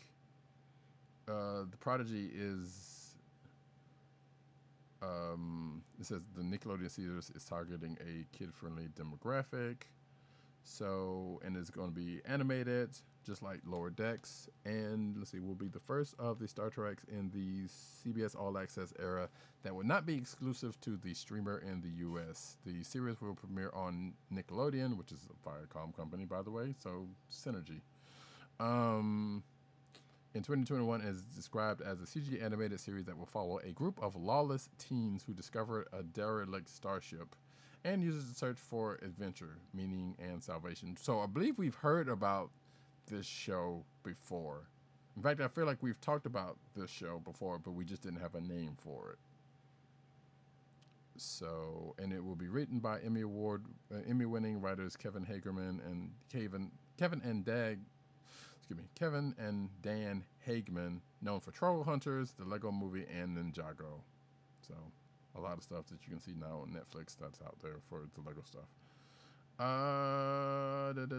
And that's pretty much it outside of Strange New Worlds, which is a recently announced spin-off series which will feature Anson Mount's Captain Pike, Ethan Peck's Mr. Spock, and Rebecca Romijn's Number One.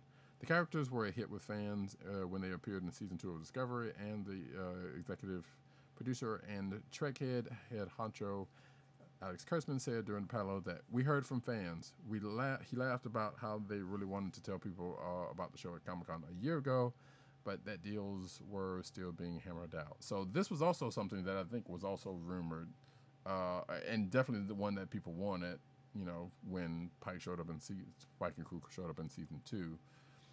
And so now it is an actual show. So more Star Trek for the Star Trek fans. Fling fling. Kurtzman also revealed that 10 stories have been broken off from the series so far, which would seem to imply that season 1 will be a 10-episode run. That, of course, could change. The Strange New Worlds will feature the mission of the USS Enterprise under Captain Pike in the time period after his appearance on Discovery, but obviously before Captain Kirk takes command of the ship. There you go. Oh, and apparently Mount teased that the show will deal with Pike's knowledge of his ultimate tragic fate, revealed half a century ago on the original series and also touched upon in Discovery. So yeah, I guess he's going to be dealing with that. Next up. All right, next up, with the Snyder Cut coming to HBO Max in 2021, many are wondering how and when to play Zack Snyder's Justice League in the DC Extended Universe timeline. Nowhere. In an interview, who cares, Exactly. right? In an interview with Beyond the Trailer, Snyder addressed these questions, confirming that this film exists outside the current DCEU continuity in the Snyderverse. He's got his own verse now, so which includes 2013's Man of Steel, 2016's Batman vs Superman, and Zack Snyder's Justice League. I mean, even if it wasn't, he was probably going to say that because of the fact that he's done all this movie, or somebody was going to. Right. It's kind of separate, he says. Now, from what I would say the DC Cinematic Universe is in continuity. He says, I think it's divergent in that way, and I think that's a good thing. The director went on to praise DC and the emphasis it puts on individual voices for its films. What? And all I have to say about that is awesome. Wow. Shout out to King George. The individual voices of whom is pretty much, you know what? Never mind. That's whatever. Yeah. Exactly. That's the sound effect to a T. Anyway, moving right along, because before I get started on that mess. Good news, everyone! Avatar sequel series The Legend of Korra to hit Netflix in August.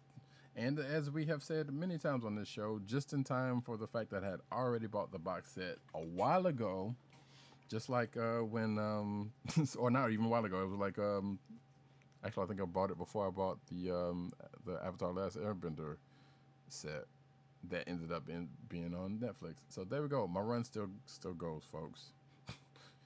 You buy a box set, it ends up on Netflix months later. So guess what? She's the Avatar. You got to deal with it. And it is coming on, I believe it's the 21st. I did have a thing on that. Oh, 14th, excuse me. August 14th when Legend of Korra is going to hit Netflix. So finish up your Avatar Last Airbender rewatches before the 14th. Next up. All right, next up, Netflix has released the first trailer for Project Power, which stars Jamie Foxx and Joseph Gordon-Levitt as they attempt to stop the illegal selling of pills that grant its users superpowers. The opening of the trailer has Fox's character reveal that the superpowered pill grants its powers for up to 5 minutes. So, there will be 5-minute man. Oh, no! If it lasts longer than 5 hours, then please see your doctor. We know, our man, and we. Yeah, right. So anyway, isn't this just limitless though? Right. So, whatchamacallit? So, each power is unique to the individual. So it's basically MGH. Okay. Yes. It is. Go on. In growth yes. hormone. You're right. Right. So each power is unique to the individual. As we see a person burst into flames, another gains super strength, and a third individual turns invisible. Another huge revelation is the mysterious Project Power organization kidnapping Jamie Foxx's daughter to mass produce the pill. Okay. But you feel like Project Power was I don't know, was it Valiant or someone was doing a line of comic books on that, but that may or may not have anything to do with this. I guess that's irrelevant because it would have said. But again, there was a movie in 2011 called Limitless and actually a show that ended up doing a relatively same thing called Limitless. Show, one Bradley Cooper, aka Rocket Raccoon, was the star of that movie, and he took a pill, and I think he just got smarter, but it wasn't like superpower. He just got way smarter, so it's technically different, but still same. Right. Next up, Ryan Reynolds, and actually this is the next to last because I put another thing in the thing that you don't know about, but I'll get to that in a second. Ryan Reynolds, Samuel. Why do we do such things? Because because we can. And this has, and I'll just go ahead and say it has nothing to do with comic books at all. But I just saw it and I was like, I had to. Nevertheless, Ryan Reynolds, Samuel L. Jackson to star in a new animated series called For the Mucker. Samuel L. Jackson and Ryan Reynolds will be teaming up for a new animated comedy series called For the Mucker. According to a report from Variety, all that is known about the series is that it will be on the mobile video streaming service Quibi. Is that Quibi. Yeah. And has anybody actually even checked any of that stuff out? Because anyway, whatever. So far, this is the unusual log line. Samuel Jackson and Ryan Reynolds love each other. More accurately, Ryan loves Sam. When a minor mishap causes Sam to become Ryan's primary caregiver, things get weird. Why? Okay, anyway. Ryan is delighted to spend all of his time with Sam. Sam couldn't be reached for comment.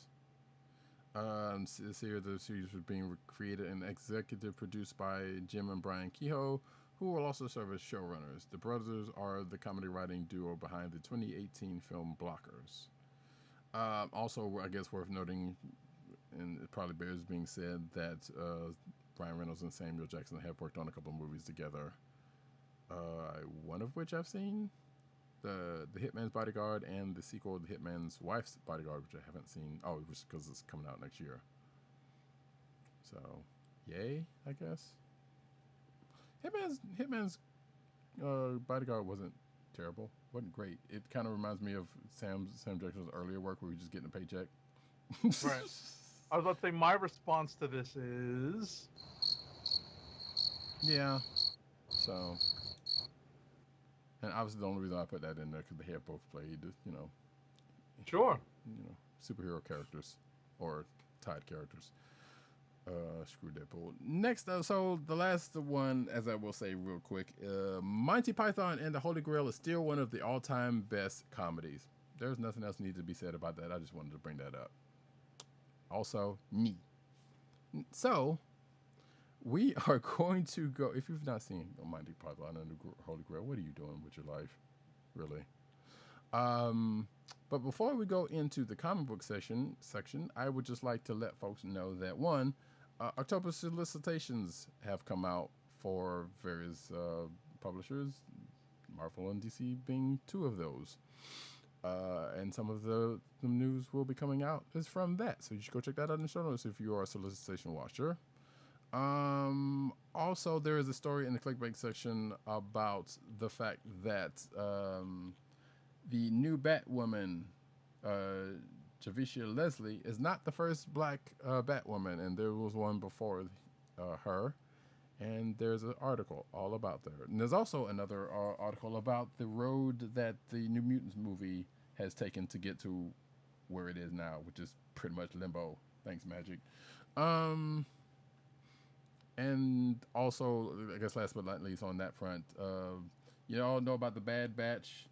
Well, Star Wars OG Badass Clone Troopers were the Munis 10, which is basically from Genndy Tartakovsky's Clone Wars, which is not canon, and that is so sad because, as I said before, people get introduced properly that don't get properly introduced in the Clone Wars. There you go. Also, there's a story in here about 5 shows and movies to put you back on the convention floor if you're missing Comic-Con, but who's missing that kind of stuff at this point when it's at home now. And now we go into the comic book news.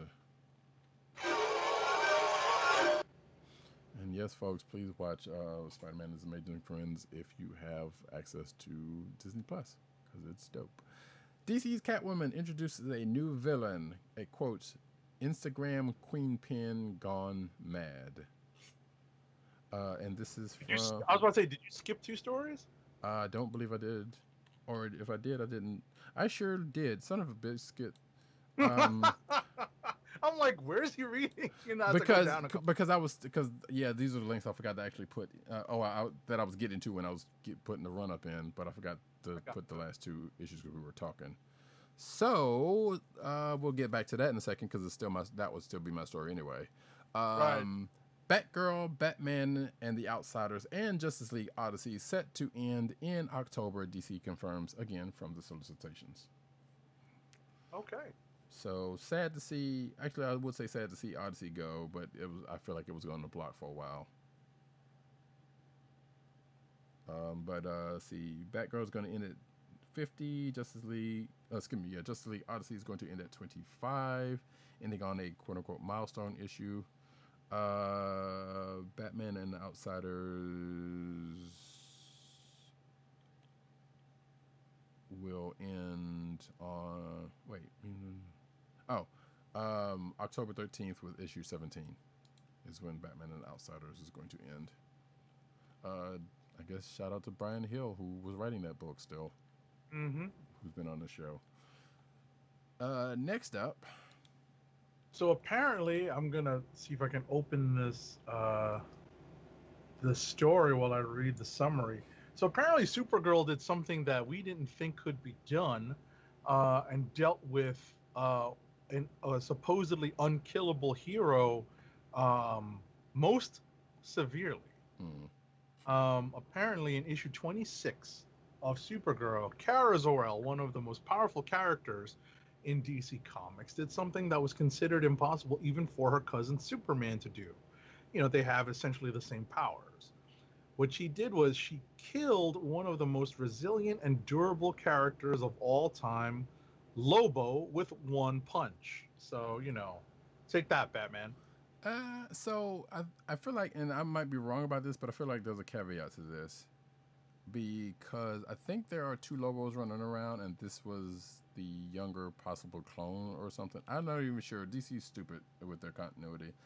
But because I'm looking at this issue, and I'm looking at the panel where she actually does the thing, and Lobo has no facial hair, and I believe this is the younger other Lobo, where there was a fairly recent issue of Teen Titans where I guess the OG Lobo came in because he has a daughter who's on the team and was trying to get her, and he's fully bearded and, you know, the main man and all that kind of good stuff. Right. So I'm thinking, so I don't know. This could be, I don't know if this is the same Lobo or this is absolutely the different Lobo that I'm thinking it is. While still a feat, it's right. Still kind of like, kind of less of a feat. Definitely a feat. The article does go on to note that while Lobo was killed in the fight, he would not stay dead. In the next issue, he returns from the dead. So and that was going to be the other. Yeah, that was going to be the other thing I was going to make, because every time they kill Lobo, he always comes back. Right, it's pretty hard to keep this awful character down. Right. Shots fired. Pretty much. Next up, back to the story that I started off with unintentionally. Yeah, DC's Catwoman introducing a villain, a new Instagram queen pin going mad. This is from August 14th, Catwoman number 24, where Selena goes out to the big city and deep into the jungle to steal the world's largest diamond from a group of supervillains, including a new DC character that is described as what I just said. I'm not going to repeat it. And the rest of the article is an interview with Sean Gordon Murphy about it. Or actually, excuse me. No, this is an interview with Blake Northcott, who is the co-writer for this story. And this is an interview with, looks like her. So, yeah, there you go. Next up. Alrighty, next up. The Caped Crusader is getting a new costume this October. At least he is, according to series artist Jorge Jimenez's variant cover for Batman number 100, revealed in a retailer mailer from the publisher. I just took a quick peek at this article. It's actually been already, this costume's already been revealed in this week's Batman number 95. Oh, okay. Is that what it was, 95? I read it. I just forgot the number. I'll take your word for it. I don't know. I'm just going to scroll up in our sheet real quick because I did note. Yeah, 95. Okay. I don't know. It's if you had told me different, it looks like he's got Captain Universe powers, but I know it's supposed to be like Chrome or something. Right. So, okay. Whatever. Next up, DC reveals new creative team for The Flash and, quote unquote, a last page cliffhanger no reader will see coming. Yay. Dun dun dun. Writer Kevin Shinick, and I don't know if that's how you pronounce the name, but I apologize, and artist Clayton Henry are taking over DC's long-running, pun intended, ongoing title The Flash for October 13th, 763. Announced as a part of the Solicitations, this new creative team takes over following Joshua Williams' 4-year run as writer of the title. The secret history of Barry Allen's Flash Ring is revealed as the Scarlet Speedster tangles with the Trickster, in a tale that starts off as fun and games, but ends up with the last page cliffhanger no reader will see coming. So Okay. Don't skip to the end. Don't spoil it for your friends. Oh dear, what are they doing now? But anyway, so there is that. Look forward to that if you're reading Flash. Next. Right. So in something that happened in last week's Dark Knight's Metal book, Dark Knight's Death Metal introduces a new Dark Knight and then promptly kills him. It was a version of the Dark Knight that was like that essentially gave him the powers of the Atom. So yeah, it was pretty interesting because it happened very early in the book. Okay. Cool. Right, because we talked about that last week. Yep. Without getting into it too much, but hey. Next up, Wonder Woman shows how we failed and how we can be better, says artist Mikhail Janin. So this is an article. This is an article that's an interview with the artist Mikhail Janin, who is taking over Art duties. Yeah, art duties on Wonder Woman starting with July 28th, 759, with writer Mariko Tamaki. And I believe there was another, I feel like I might have seen like a tweet or something with Mariko Tamaki about, what this means to her or something like that, but I can't remember. Or maybe I'm thinking about that Spider-Woman issue, and it's Carla Pachinko that I'm thinking about. No, one has nothing to do with those. Regardless, if you are interested in their thoughts about this, you can go check out this article in the show notes. Next up. All right, so a cosplayer has modernized Mr. Terrific's outfit for the Black Lives Matter era in a simple but effective way by changing his face paint symbol from a T into a stylized fist. Corey Morgan tweeted photos of himself sporting the character's new look, captioned, "When your message and your cosplay sync up perfectly. You can't wear the words fair play on your sleeve without believing that all lives can't matter unless and until Black Lives Matter." There you go. I mean, got a point. There you go. Got a point. I wish they would have showed the whole thing, but the relevant part is shown in this picture. Normally they would have shown the whole thing, but yeah. No. So that's cool. Next up, we get into some Toy Corner news with Hasbro Retro G.I. Joe line exclusive to Walmart, SDCC Commander in September. So there's going to be a Cobra Commander figure in that is SDCC exclusive that's going to come out in September. Mm-hmm. And as you can see the figure here, it says Snake Supreme Cobra Commander. All decked out in his regalia with the bucket hat and serpent staff and gun and all this other stuff. And then you too can say, "Was a man." Destro. You imbecile. Anyway, yeah, you know. I want what I want now. Anyway, so but you can pre-order that right now as of this recording. It says, let's see, there's also going to be figures of the Baroness, Storm Shadow, and another Snake Eyes figure, it looks like. And the All Striker and the Cobra Hiss. So shout out to Coastal of the podcast and the founding members of that. So you can grab your Hiss tank if you didn't already have one with Hiss driver and an All Striker with a driver coming soonish. And it looks like it's 3.75 scale. I was about to say, it's kind of cool that they're going retro with the 3.75-inch scale, because I know that Hasbro is putting out G.I. Joes in the Marvel Legends 6-inch scale now. Right. So that they're comfortable. But it's kind of cool that they're putting out some retro ones, because I know people still out there, love that little scale because of one big thing. That big thing is that you can put them in vehicles. Right. 6-inch scale vehicles is going to be just insane. We're talking, especially coming off of the news of the Sentinel. 6-inch vehicles are not going to be cheap. So having that smaller scale makes for having vehicles. And when I was a kid, I would have killed for some vehicles, man. Right. Those are awesome toys. Whoever the fool was, they had the flag. The aircraft carrier. Yeah, oh, those were coveted beings right there. Oh my. Listen, it was a big deal. I had a Sky Striker.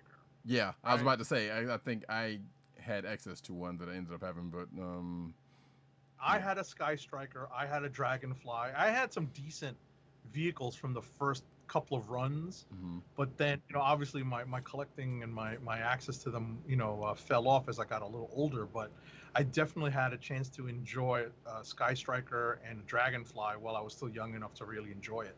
So I definitely remember those. But it was like later elementary school for me when the flag came out, and oh my god, yeah, jeez, man, coveted.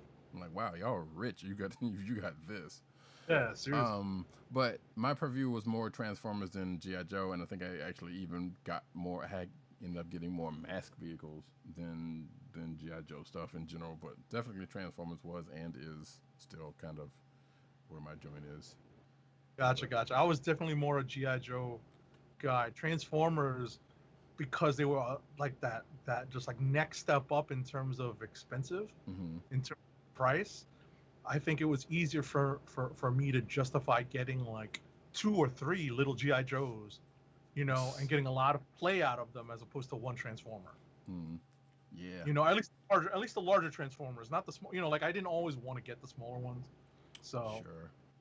Yeah, because that's how it started. Like you got the little small, like a Bumblebee, Cliffjumper, those joints, Ironside. You may step up to, like if you like me, you got a Ratchet, Ironside, an Ironhide. I never did get a Prime. I'm fairly certain.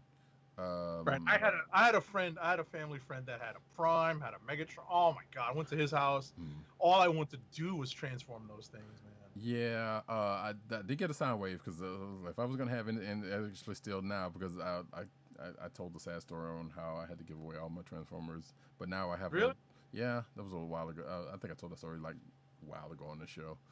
I had a bootleg Soundwave. Yeah, I got because thanks to Masterpiece Transformers, which on hindsight, boy, I wish I still had my old ones, because I probably wouldn't have been so keen on getting the Masterpiece, which are expensive. Now, if I still had my old one, or I probably would have still gotten that. Who even knows, knowing me. But I got my Soundwave. I'm looking for a blaster now with the tapes and a couple of things. We don't need to go through all of that, because I'm pretty sure we will have very much opportunity to talk about that when more Transformers show themselves up.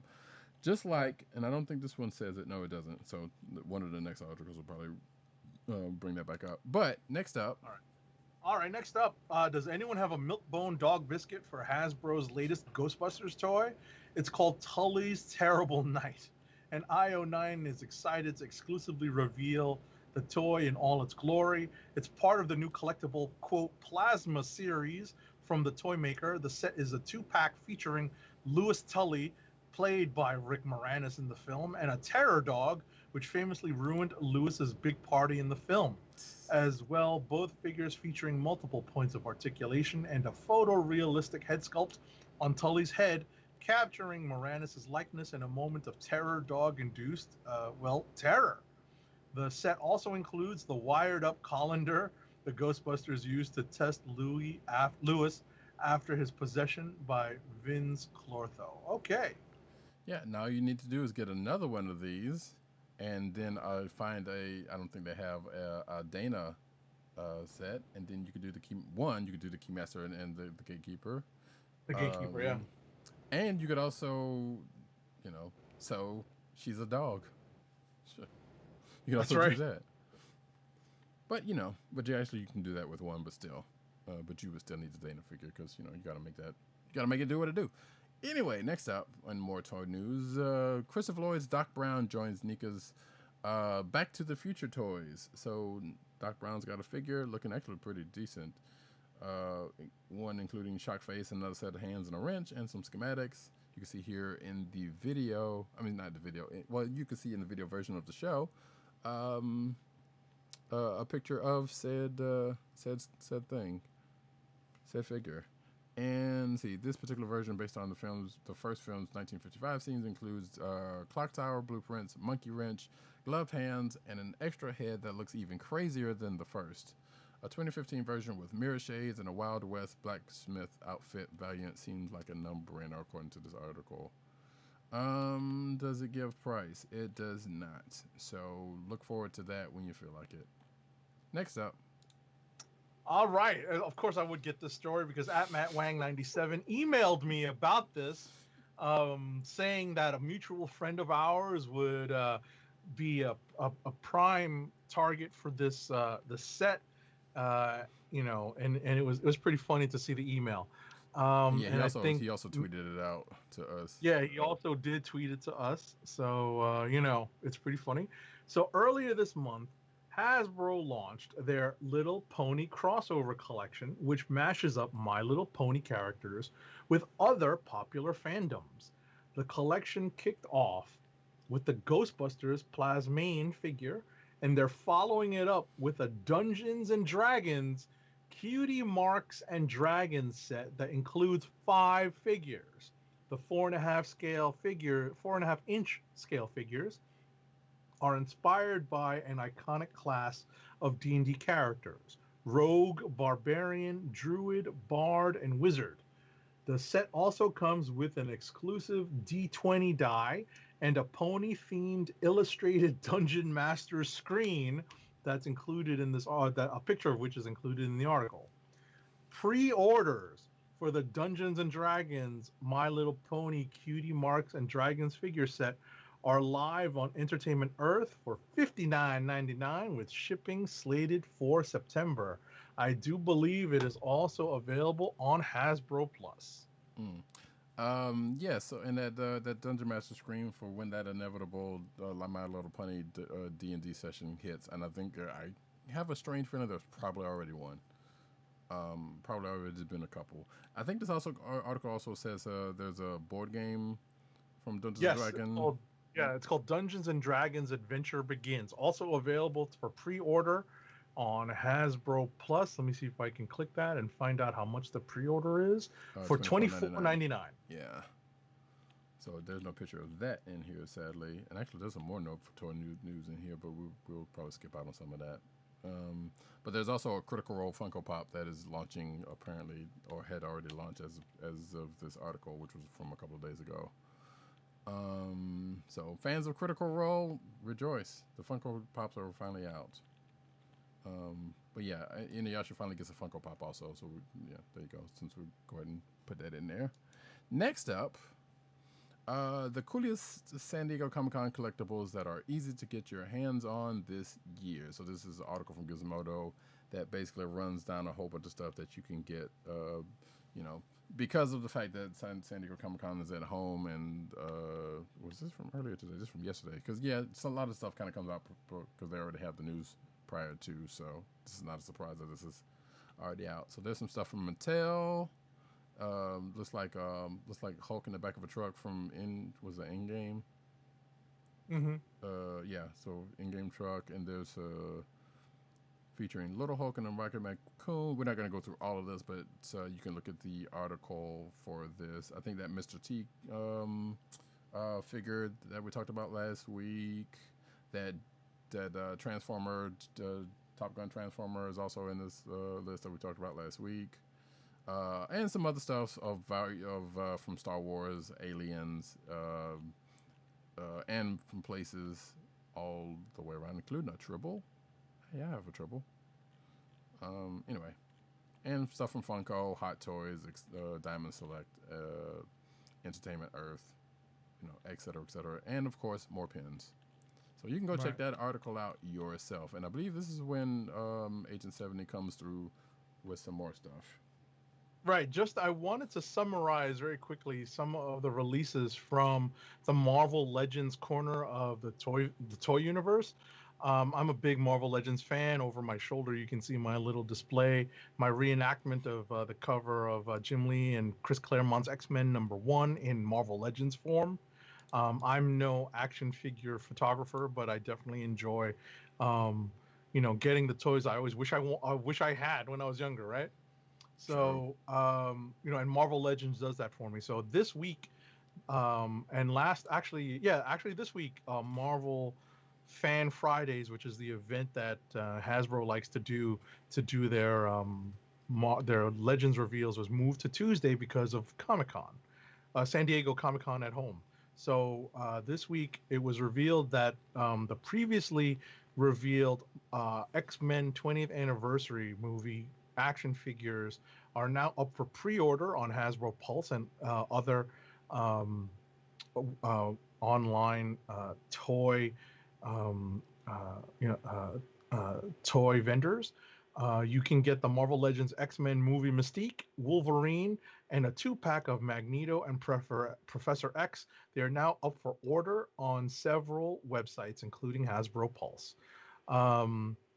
A quick note, the crowdfunding project from HasLab of the Sentinel has got all sorts of unlocks done. They did all the unlocks. They got so much support for that they're actually going to include an extra tentacle now, so that you'll have 2 tentacles to go with your Sentinel. I still have not backed it, but I plan to before the time is up. Next up, in terms of more movie figures available on Hasbro Plus, there is a 2-pack of the movie Deadpool. This is the first movie Deadpool action figure that's out. So if you're a fan of the Deadpool movies and the way he's depicted there, it's not terrible. But I'm not the biggest fan. I don't care about getting the toys for that. But the movies aren't terrible. He comes in a 2-pack with Negasonic Teenage Warhead, and the figures are actually pretty cool.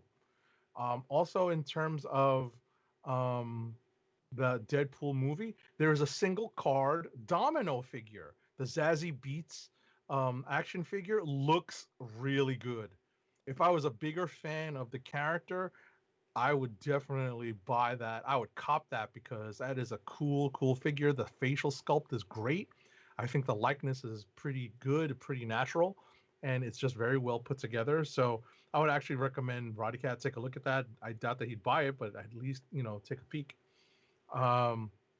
Also, in terms of the Deadpool movie action figures, there is unfortunately an exclusive figure from this wave. It is the Cable, the Josh Brolin Cable. It's exclusive to Walmart.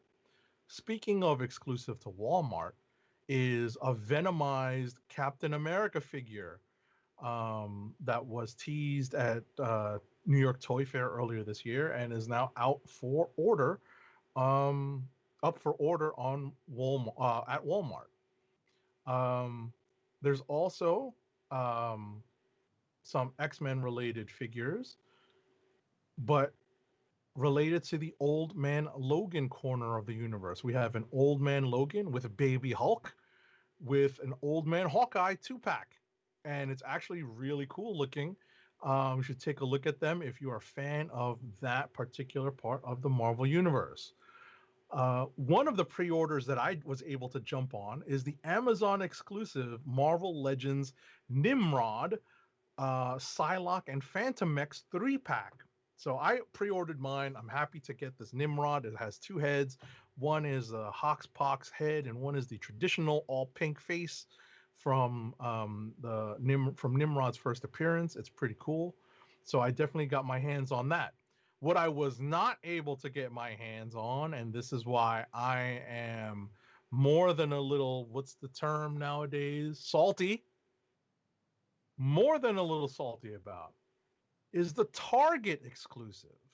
That being the OG Storm, first appearance Storm with the OG. You know, she's got two heads. It's just a really cool figure. It's very well done. And they included with that in a 2-pack a Thunderbird figure. So, you know, if you're doing a first appearance of giant size X-Men and you have Thunderbird ready to die in the next issue. So that's unfortunate, you know, but what are you going to do? They had to, you know, give you, give you a way to complete your giant size X-Men figure set. Pretty much you're just down to needing a new Banshee. So hopefully they'll have a new Banshee coming out soon. But hopefully those of us who were not able to get their Target pre-order in will be able to pick up the Storm and Thunderbird 2-pack at Target in early October or late September. So if you guys spot it, make sure to let me know. Hit me up on social media so that I can take a look at my local Targets and see if I can get my hands on an OG Storm. And that is the Marvel Legends news for the week. So, if you're watching the Oh, video, and by the way, hold on. One pause. Hellfire Club. yeah, I was about to say you forgot about that. I missed that one. You know why? Because I was thinking about what I would be asking at Matt Wang 97 to get me at San Diego Comic-Con this year. And that is the 4-pack Marvel Legends Hellfire Club that was revealed as the San Diego Comic-Con exclusive. What's funny about this is that you cannot order this yet because it is not yet up for order. It won't be up for order until allegedly sometime in September. So be on the lookout for that. But included in that set are brainwashed Jean Grey head with the Black Queen body, but also with the Selene head so that you can have a regular Hellfire Club. You have a Sebastian Shaw figure. You have an OG Emma Frost figure, which is what everybody wants in this set. That's what I really want. But I'd be happy to have the entirety of the inner circle of the Hellfire Club. And last but not least is Donald Pierce. So you get another revert to go with Skullbuster that came out in an earlier wave. The other exclusive that is not yet up for pre-order is a 2-pack from the Logan movie. And that involves a Wolverine figure that is straight a depiction of Wolverine from the Logan movie, which means he's old and he's wearing a suit and he's just a lot older looking with a beard. And you get a Professor X who's very much an older looking figure, older looking gentleman in his wheelchair. And those are the San Diego exclusive Marvel Legends figures that are not yet up for order, but will be up for pre-order at some point in early September, or at least some point in September. And if you're watching the video version, I just found an article with the images of all of those that Agent 70 has mentioned, and it will be in the show notes for your own perusal. And you've just seen me go through a whole bunch of, or all of them actually. So, Awesome. Cool. Next up, that Hellfire Club box is actually pretty good looking. Oh, it's a great presentation. Yeah. It's a great presentation. So I'm very excited, more than willing to pick up that set as well. Yeah, it says, and then, did you say the price of that one? I think it was. Because I got it right here if you didn't, but 79. Yes. Is it 79? $79.99 for the Hellfire Club and X-Force sets, while the 2-packs are each priced at $49.99. The Domino figure is $24.99, and all of these are due to release in fall. So, like I said, I will put that in. That will be in the show notes. Next up, actually, I believe this is still you, but I'll take it. I'll go ahead and take it. You just ran through a whole lot. from Comic Con at Home, the best under the radar panels. So so this today, as we record, is the first day of Comic Con at Home, and I guess CPR was already on top of it with panels that hadn't even happened yet. Oh, actually, it started Wednesday. I'm sorry, according to this. So there are tons of panels to choose from this year's, even though this article is still from 2 days ago, but which starts on Wednesday with so many options. Some educational and entertaining panels will be looked over. That's actually true, because San Diego people usually go over to the more TV and movie focused stuff from accounts, and just skip out on the actual comic related stuff that's actually good and educational. But anyway, however, if one has a chance to look at some of the more under the radar panels, these 10 are a great place to start covering topics from conspiracy theories to virtual worlds. I will not go through all of these panels, but let's see. Is there anything actual that stands out here? See, Shutter Harvest Queer. That's a good one. Howard Cruz, the Godfather of Queer Comics. Building Your Own Themyscira. Connecting with other geeky bosses. There's a bunch. Comic shops, preserving through crisis. Excuse me. That's probably a good one to check out. And a few other ones. There's a bunch of them. But these are just ones of note from this article's writer's point of view. Definitely check out. Oh, building a geek brand, surviving a pandemic. Looks like it has something to do with Patreon. So definitely probably one to check out. So next up. All right, next up, Star Wars merchandise has escaped Galaxy's Edge and landed at Target because,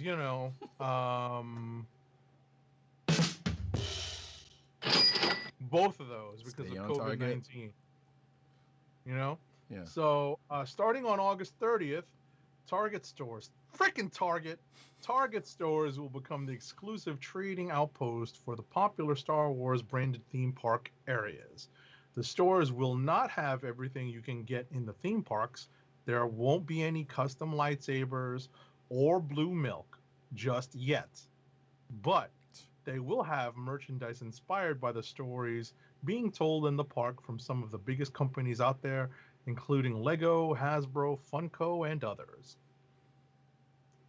Yay. Exactly. I mean, Target, look, Target, this is not the first time, because even if COVID wasn't going on, I mean, even when around Celebration or D23, whichever it was, when they have those Star Wars reveals, Target usually gets a good bulk of stuff, so this is still not surprising. But the fact that it's some of the Galaxy's Edge merch, that's something. Because if you can't make it to Galaxy's Edge in Disney Park, because why go there to get COVID, then you can get it in the store, which some would argue that's probably the same thing at this point. But moving right along, something else I was going to bring up that was on this page. It looks like there's holocrons that they're going to have for sale, and I might actually get me one. I don't know if that's from Target or not, but Marvel Villainous is perfect for those who thought the Disney version was too nice. What is this? So this is the so there was a board game called Villainous that came out like last year. That was basically Disney. What if you were a Disney villain? Specifically, they have made other versions of Villainous since then. This is the Marvel version that seems to be out at this point. And like I said, it's a board game where you play as a Marvel, in this case, Marvel villain. And you do just whoever does the most actual deeds. I can't remember how this goes, but this article right here is basically a review of the set. I actually wanted to get the Disney Villainous one, but since they have the Marvel for Villainous, and that's more up my alley, despite not having anybody to play with, I may eventually end up getting this. But it says here the starting edition of this game features 5 villains: Hela, Killmonger, Ultron, Thanos, and Taskmaster. Most of these characters have already made appearance in Disney Marvel's films, with the exception of Taskmaster, whose debut in Black Widow was delayed. But you basically play as one of those villains and out-villain each other. So there you go. There's also, I'm not even going to take the time to do this. There's something for the hero side called Marvel Champions, but I've already talked about it and I've even showed in the box, so we don't have to go back on that. Let us move on. All right, next up, Goonies Never Say Die, or even fade completely into obscurity. Another movie-themed Monopoly game, Monopoly The Goonies, is being offered up by the OP. This time, 2 to 6 players can go on a quest for One-Eyed Willie's treasure while buying, trading, and selling locations around Astoria, Oregon, in this incarnation of the classic 80s movie. The set features Goonies-themed game parts to fully satisfy the immersion into Goonies lore. All right. Once upon a time, there was a Star Wars Monopoly game. I believe it was a Monopoly, but it was dope. And I think there may have been a reissue, and I feel like there was also a Martin magazine game, which I saw at my LCS at one point that I almost bought because we used to have it when I was little. That being said, had nothing to do with anything. Hey, Goonies Never Say Die. Also, Goonie Love. Also, if anybody knows where I could track down that Star Wars Monopoly game, holla. And if it's not too cheap. I think it was a Star Wars, but it was good, regardless. God of War art director reveals 3 more X redesigns. So we talked about this person doing this previously, but he's done some more. God of War art director Raf Grassetti has drawn up alternative versions of 3 more X-Men. On his Instagram page, Grassetti posted realistic art pieces of Kitty Pryde, Shadowcat, Hank McCoy Beast, and Aurora Monroe Storm. Says, I'm having a lot of fun with these characters, trying to combine the new with the old, maintaining elements from the classic costumes, Grassetti wrote along with the Storm piece. And you can see his render right here of the Storm piece. Looks pretty good. Kind of almost like a darker skin version of Letitia Wright in Storm gear. Interestingly enough, I don't know if that was intentional or not, but here's the Beast one. And, of course, Kitty Pryde, Shadowcat, along with Lockheed. And you can see those on the video if you're watching, also on Mr. Grassetti, shout out to Animal Crossing, Lord have mercy, Instagram. That's what I was trying to say. You know what time it is starting to get, folks. So let us move on. All right, moving on quickly. Marvel has canceled the ongoing comic book series Strike Force, with August 5th, number 9, serving as the series finale. Uh-huh. This book was launched in the aftermath of the War of the Realms that ended in 2019. Strike Force consisted of Blade, Angela, Spider-Woman, Wiccan, the Winter Soldier, Monica Rambeau, and Damon Hellstrom. With a motto of no compromise, no mercy, the team fights dark and supernatural threats, culminating as it ends up with a battle on Monster Island.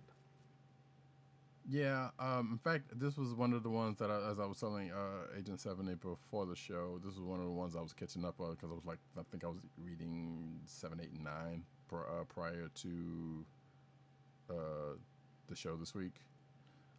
Apparently, it says solicited number 10 now on the shelves, so that means it's already done and out, which makes sense because it would have been done by now, I would imagine, but 9 is the end. I don't know, maybe 10 started something new and they canned it. If I remember correctly, and I'm trying to remember because I'm thinking, is this 10? If this is 10, no, I think this is actually 10. Because, or at least this is the next issue that I remember that was supposed to be coming, which, so the last arc was basically, they were in Monster Island, which is apparently somewhere in New York now, and Deadpool's the king, and they had to hide out there for a minute, and Spider-Woman was fighting folks, Fight Club style. So yeah, it says Strike Force 8 came out in July 15th, so I'm trying to remember. Okay, so this must be 9. The cover for this. So which I guess 10 is not going to come out because they're killing it at 9, which sucks. Because like I said, that was not a bad book. It was pretty much one of those ones that felt like it was already on the block when it came up, and given the fact that it came out of War of the Realms, we were questioning the lifespan of the book anyway. So had to see it go because it was just a weird group of people put together, but it was still a good book. Next up, This is you. Why do I have this on here twice? Ladies and gentlemen, meet the X-Men 10 of Swords, aka X of Swords, as I like to call them, Swords villains, the Sword Bearers of Araco. So this is a story, an article from from Newsarama, aka Games Radar. Artist Pepe Larraz has tweeted his cover for X of Swords, aka 10 of Swords, Stasis #1, which is a one-shot in the Marvel's upcoming X of Swords X-Men crossover. Tweeted alongside the text, "A ritual, a parliament, a game begins." The cover shows off a host of characters that are apparently the villains of the story, but without indication of who they actually are, until now. And the rest of the story article goes into Newsarama basically breaking down who these folks are in short order. So there you go. You can read that for yourself in the show notes. Next up, Marvel's superhero family, the Fantastic Four, will be undergoing a, quote, new major permanent status quo change this October, and is just in time for the celebratory 25th issue of the ongoing title under current writer Dan Slott. Ahead of their full October 2020 solicitations, which I believe just dropped, Marvel has revealed the solicit for Fantastic Four number 25, and it promises big changes. This issue has it all: new artists, new villains, new uniforms, and a new major permanent status quo change for Marvel's first family, reads their text. All this and an appearance by Doctor Doom, one of the most important characters in the entire cosmos, returns from the dead, and a major turning point in the history of the Fantastic Four. A great entry point for new readers, and the new artist is going to be R.B. Silva, who drew the recent Empyre Fantastic Four #1, most recently of Hox Pox fame. Yes. Which means, you know what this means, folks. The Watcher's coming back. The Watcher's coming back. Actually, we don't know who it is, but I'm willing to... I know, but I'm willing to bet it's the Watcher. It's got to be. The most important... Oh, wait. One of the most important characters in the entire cosmos. Who could that be? Except for Golden Oldie. Oh, no. I don't know who that is, folks. Look it up. But, yeah, new uniforms, new stuff. So, yeah, as a fan of the Fantastic Four, what do you think, sir? It's hard to say. It feels like it's probably the Watcher because so many of the other cosmic Fantastic Four characters are in play right now. Mm-hmm. Galactus is over in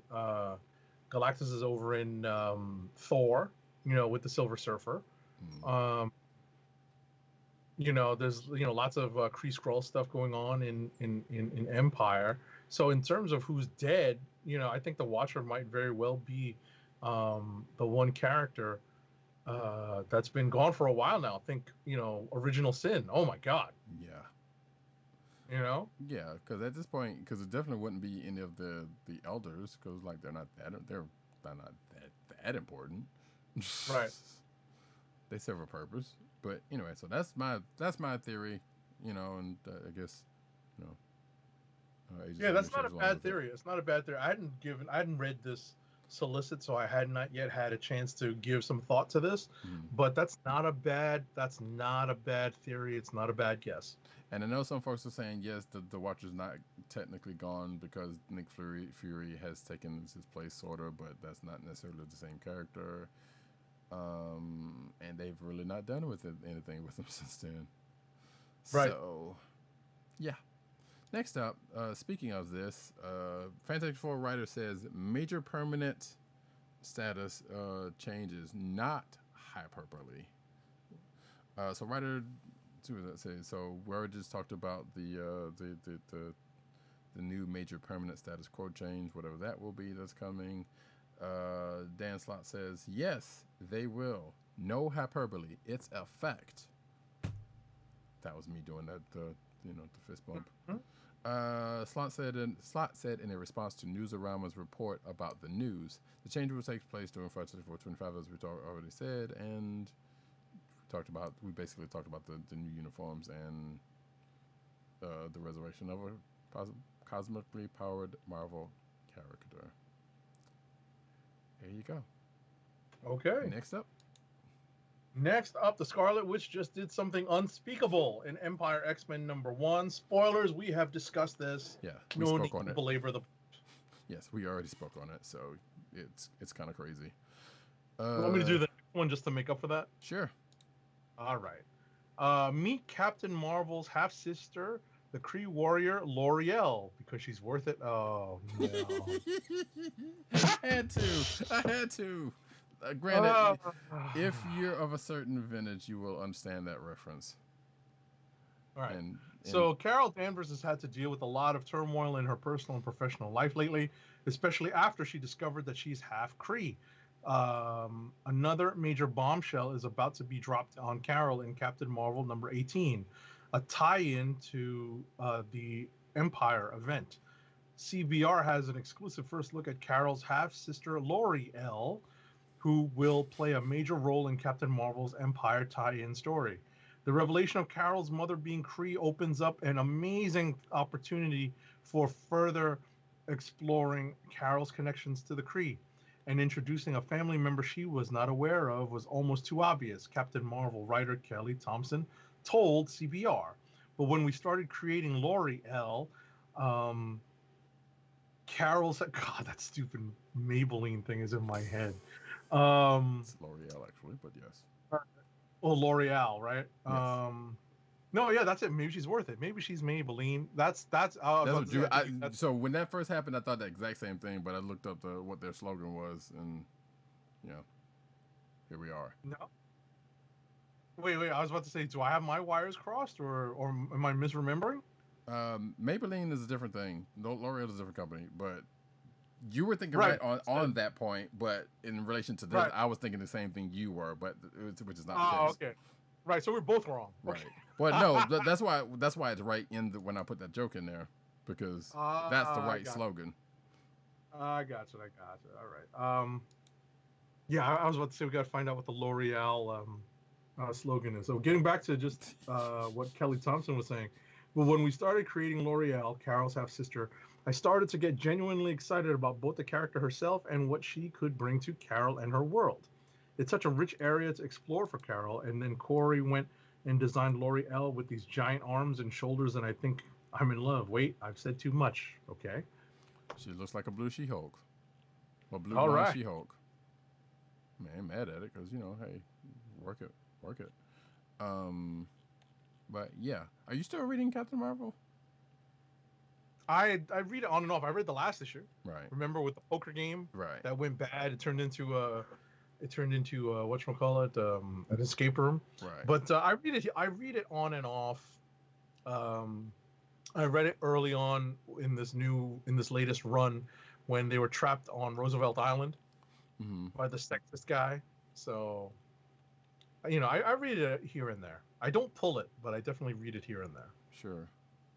I mean, hey, look, this doesn't look bad. I ain't mad at it. Anyway, next up. I don't know how to feel about this news. Matthew Rosenberg joins Amazing Spider-Man writing team. Let's see. Marvel's Amazing Spider-Man title will hit its 50-issue mark this October, and it will serve to kick off a new arc and the addition of a co-writer alongside Nick Spencer. This was revealed in the solicitations. Last Remains will have the long-simmering machinations of Kindred, a villain Nick Spencer introduced early into his run on the title, come to a boil. So this is probably the stuff that Nick Spencer or whoever wrote the last page of this that Sin Rising thing was talking about. You ain't ready for, I would assume. Spider-Man just took the beating of his life, and we're just getting started. Reads Marvel's description of Amazing Spider-Man 50. Kendrick is stepping out on the stage for the first time, and Spider-Man is not ready for the havoc that Kendrick is ready to let loose.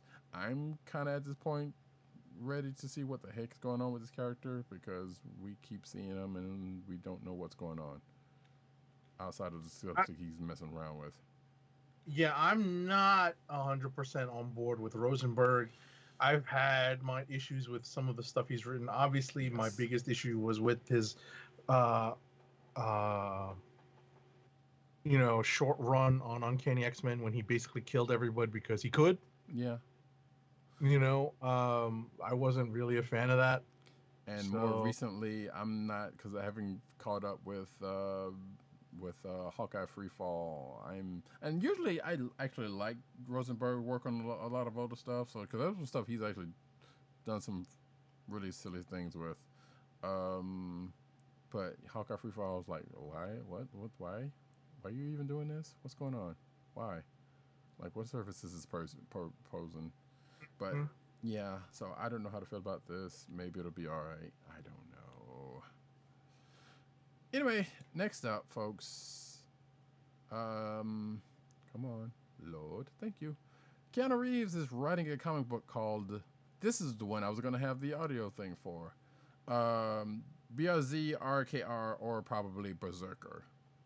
In which you can just go ahead and input my love for you is like Berserker. If you know where that's from, then you know. And its main character. I was about to say, where is that from? Clerks. Oh, you know what I was thinking of? What? I think it was weren't they Thundercats villains? Berserker. There was Berserker. Yes, the Berserkers were the pirates, basically. There you go. And as always, anyone who played Marvel vs. Capcom or the X-Men Capcom video game knows about Wolverine's Berserker Barrage. Correct. So, or was anyway, was there? Yes, because there was that one character who kept on saying Berserker. So I don't know if it was the whole crew or it was just that person in Thundercats. But regardless, y'all know what we're talking about. So yeah, so Keanu Reeves is writing a comic book called Berserker, and its main character looks just like him. And it's coming out from Boom Studios, which has released some artwork for Keanu Reeves and Matt Kent's October debuting 12-issue comic book series, illustrated by Alessandro Vitti and Bill Crabtree. I hope that did not mad at me. And as you can see, here's the image, and yes, it does look like a Wolverine version of Keanu Reeves without the claws. We'll just go through. So is this supposed to be like Conan into the modern? I don't know. So some of these issues, I don't know. Regardless, guess what, folks? Y'all love Keanu. We all do. It says here, it is described as an action-packed, hyper-violent, and which sounds like Jason Bourne in reverse meets Highlander. So that would explain the image we just saw. It's a story of a war. Say like a little bit of John Wick thrown in there too. Well, yeah, probably for obvious reasons. But is the story of a warrior who looks like a certain beloved actor and has walked a blood-soaked path across the world for centuries. In the present day, the Berserker is hiding in the U.S. and does dangerous jobs for the government in exchange for the truth about his existence. It's like, I'll go do some missions for you, and you'll help me come figure out who I am. Well, okay, that's a terrible Keanu. I'm sorry. I was about to say, I'm like, what was that? Help me. You're trying to do a Ted? Kinda. Okay. I mean, if you've watched Man of Tai Chi, he kind of sounds like that also. Which, by the way, Man of Tai Chi is actually is a really good movie, but he's only in it for like 10 minutes. Even though he directed it, but that makes sure. Anyway, but I'll go do some missions for you, and you help me out and help me figure out who I am and how this has come to be and how maybe I could get released from this. But then again, of course, there's ulterior motives on both sides. Reeves describes. So this kind of sounds like that Valiant book, Exo Man of War. And I'm saying that not knowing whole lots about that character, because I feel like it's a similar character without the armor. But we don't know. I I feel was like about to say, I don't know about Exo. You might mean Eternal Warrior. maybe That was another Valiant. That was another. That I think that was the premise. maybe. You're probably right. Hold on a second. Let's. I don't remember. I was about to say I don't remember that much about those books. I didn't really read them, but you know, that sounds familiar. Let's see. You know? I was Yeah, about to say no. it's also kind of the premise of the Old Guard, which was the Greg Rucka book turned Netflix movie. Correct. So yeah, X-Men Man-of-War is a superhero in the Valiant universe. He is Eric of Dacia, a 5th century Visigoth. So I was right. Warrior but he was abducted by a race of aliens. Okay. And brought. What's the Eternal Warrior? You would ask me that. Hang on, back up. There we go. Let's see. Jalad Anipada, also known as the Eternal Warrior. He was granted the gift of immortality, is a master tactician, and one of the greatest warriors on the planet. So kind of similar. Yeah, exactly. I was about to say. I don't think either of us were really wrong on that one. Yeah, we absolutely weren't, but that's also Valiant. What are you doing? Anyway, back on track. So that's that. Right. Look forward to that in October, and I guess we may check that out. I don't know. All right.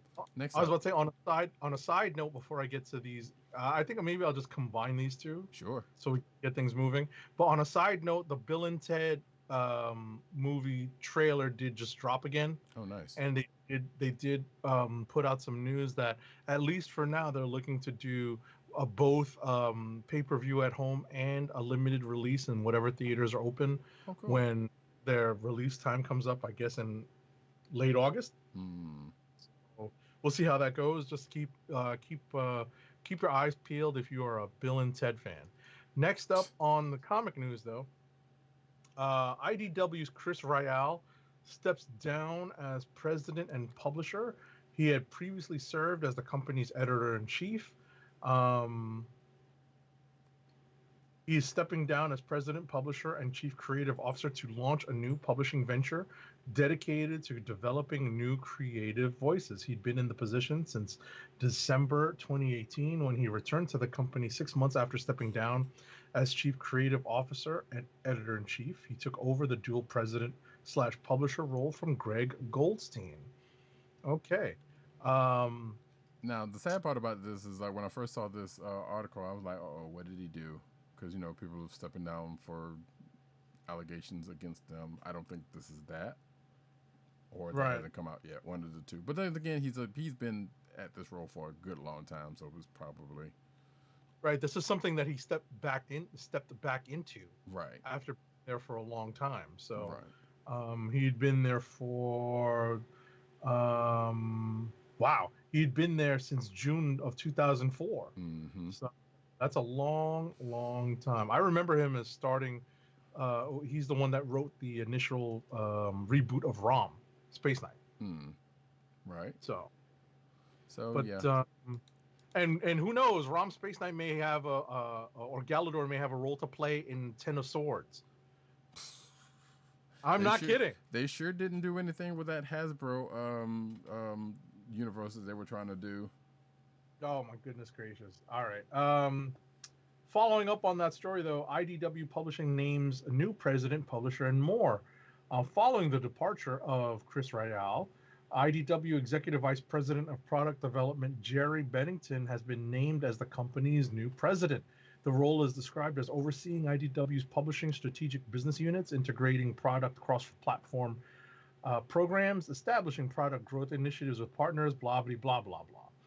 As a IDW sales director, Judd Myers, who joined the company 14 months ago, has been promoted to publisher, overseeing all aspects of production and publication. All right, so a little bit of staff turnover over at IDW. Hopefully that doesn't bode ill. Yeah, it must be nice to be with a company for 14 months and just like, oh, by the way, here you go. You get you're the publisher now. There you go. All white, all white, all white. Last but not least, Image Comics' crossover series debuts face melting cover. And I said that wrong, but still. Face melting cover. I don't know. Who cares, folks? Ahead of his debut, a cover for Donny Cates and Jeff Shaw's crossover miniseries has debuted with a reader's face melting off. So apparently, the book is called Crossover. I thought it was actually a crossover. So the plot of Crossover remains unknown. Case has described it as an anti-event and posted the following statement on Twitter. Superheroes aren't myths, they're viruses. They're spreading. Based on the statements and the cover art, it looks like Crossover will play with the conventions of superhero comics, in particular the crossover events that have become commonplace. So it's just like New Universe meets Dial H for Hero or something. I don't know. I'm just gonna stop speculating right now. Say that, hey, that's the thing that's coming. And folks, we have come to the end of the news, which means we have come to the end of the show. And we're going to hit up one more ad read. Please, sir. You know, when we've been at this for a long time, our last ad read of the night is for Amazon.com. Visit CSPN.us, then click the Keep Our Podcast Free link at the top of the page. From there, scroll down and click on the Amazon link to shop. Purchase items from Amazon as you normally would, whether it's books, music, electronics, jewelry, apparel, or Marvel Legends, like pre-ordering the Nimrod 3-pack. For every purchase made on Amazon through our link, Amazon sends the CSPN a payment that helps us keep the Comic Book Chronicles podcast free for our listeners at no extra cost to you. Amazon.com through CSPN.us. Do it today. Yes, folks, we're at the end of another wonderful episode of this here Comic Book Chronicles. Thank you, each and every one of you, for coming out and being here, whether it be on the video version, which we do every Thursday night at 9:30 p.m. on the Click Nation's YouTube channel, or if you're, checking us out during the audio, which I will mention in a second. I have been your host, Roddykat. You can find me at Roddykat on Twitter. You can also find me at Newsletters Need on Twitter and CBCaps on Instagram. Agent_70 you can find on Twitter and Instagram at that. PC_Dirt, you can go over to that on Twitter. You can also go to Pop Culture Net on Twitter, popculturenetwork.com, and his umbrella sites therein. You can also go over to, as far as I know, he's still doing this, because I don't know. Excuse me. You can go over to Byte, B-Y-T-E, which is Divine Replacement, and check him out over at Comic Reviews No Vowels. He's definitely doing his other stuff, though. You can also check out the Osiris of this ish, Tim, DOGG98 on Twitter, CB Cron, which is the Comic Book Chronicles, Twitter account. You can go say, hey, we love the show. Hey, we don't like the show, but we like the show. Be delicate. We're sensitive around these parts. Anyway, that noise was highly unnecessary. Wow.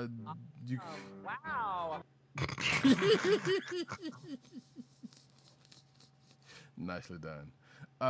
You can also find Tim at The Click Nation on Twitter. That's DKLIQNATION. Also, theclicknation.com. You can also check him out on Comic Resources, where he's over there writing his face off. And there's, I don't know if you saw, if you're watching the video version, some of the stories provided to us were from Tim. Or actually, I pulled them and didn't know it was him until I looked at it. So that's just me. You can find this here podcast on the Cold Slither Podcast Network. That's CSPN.us. Do it today.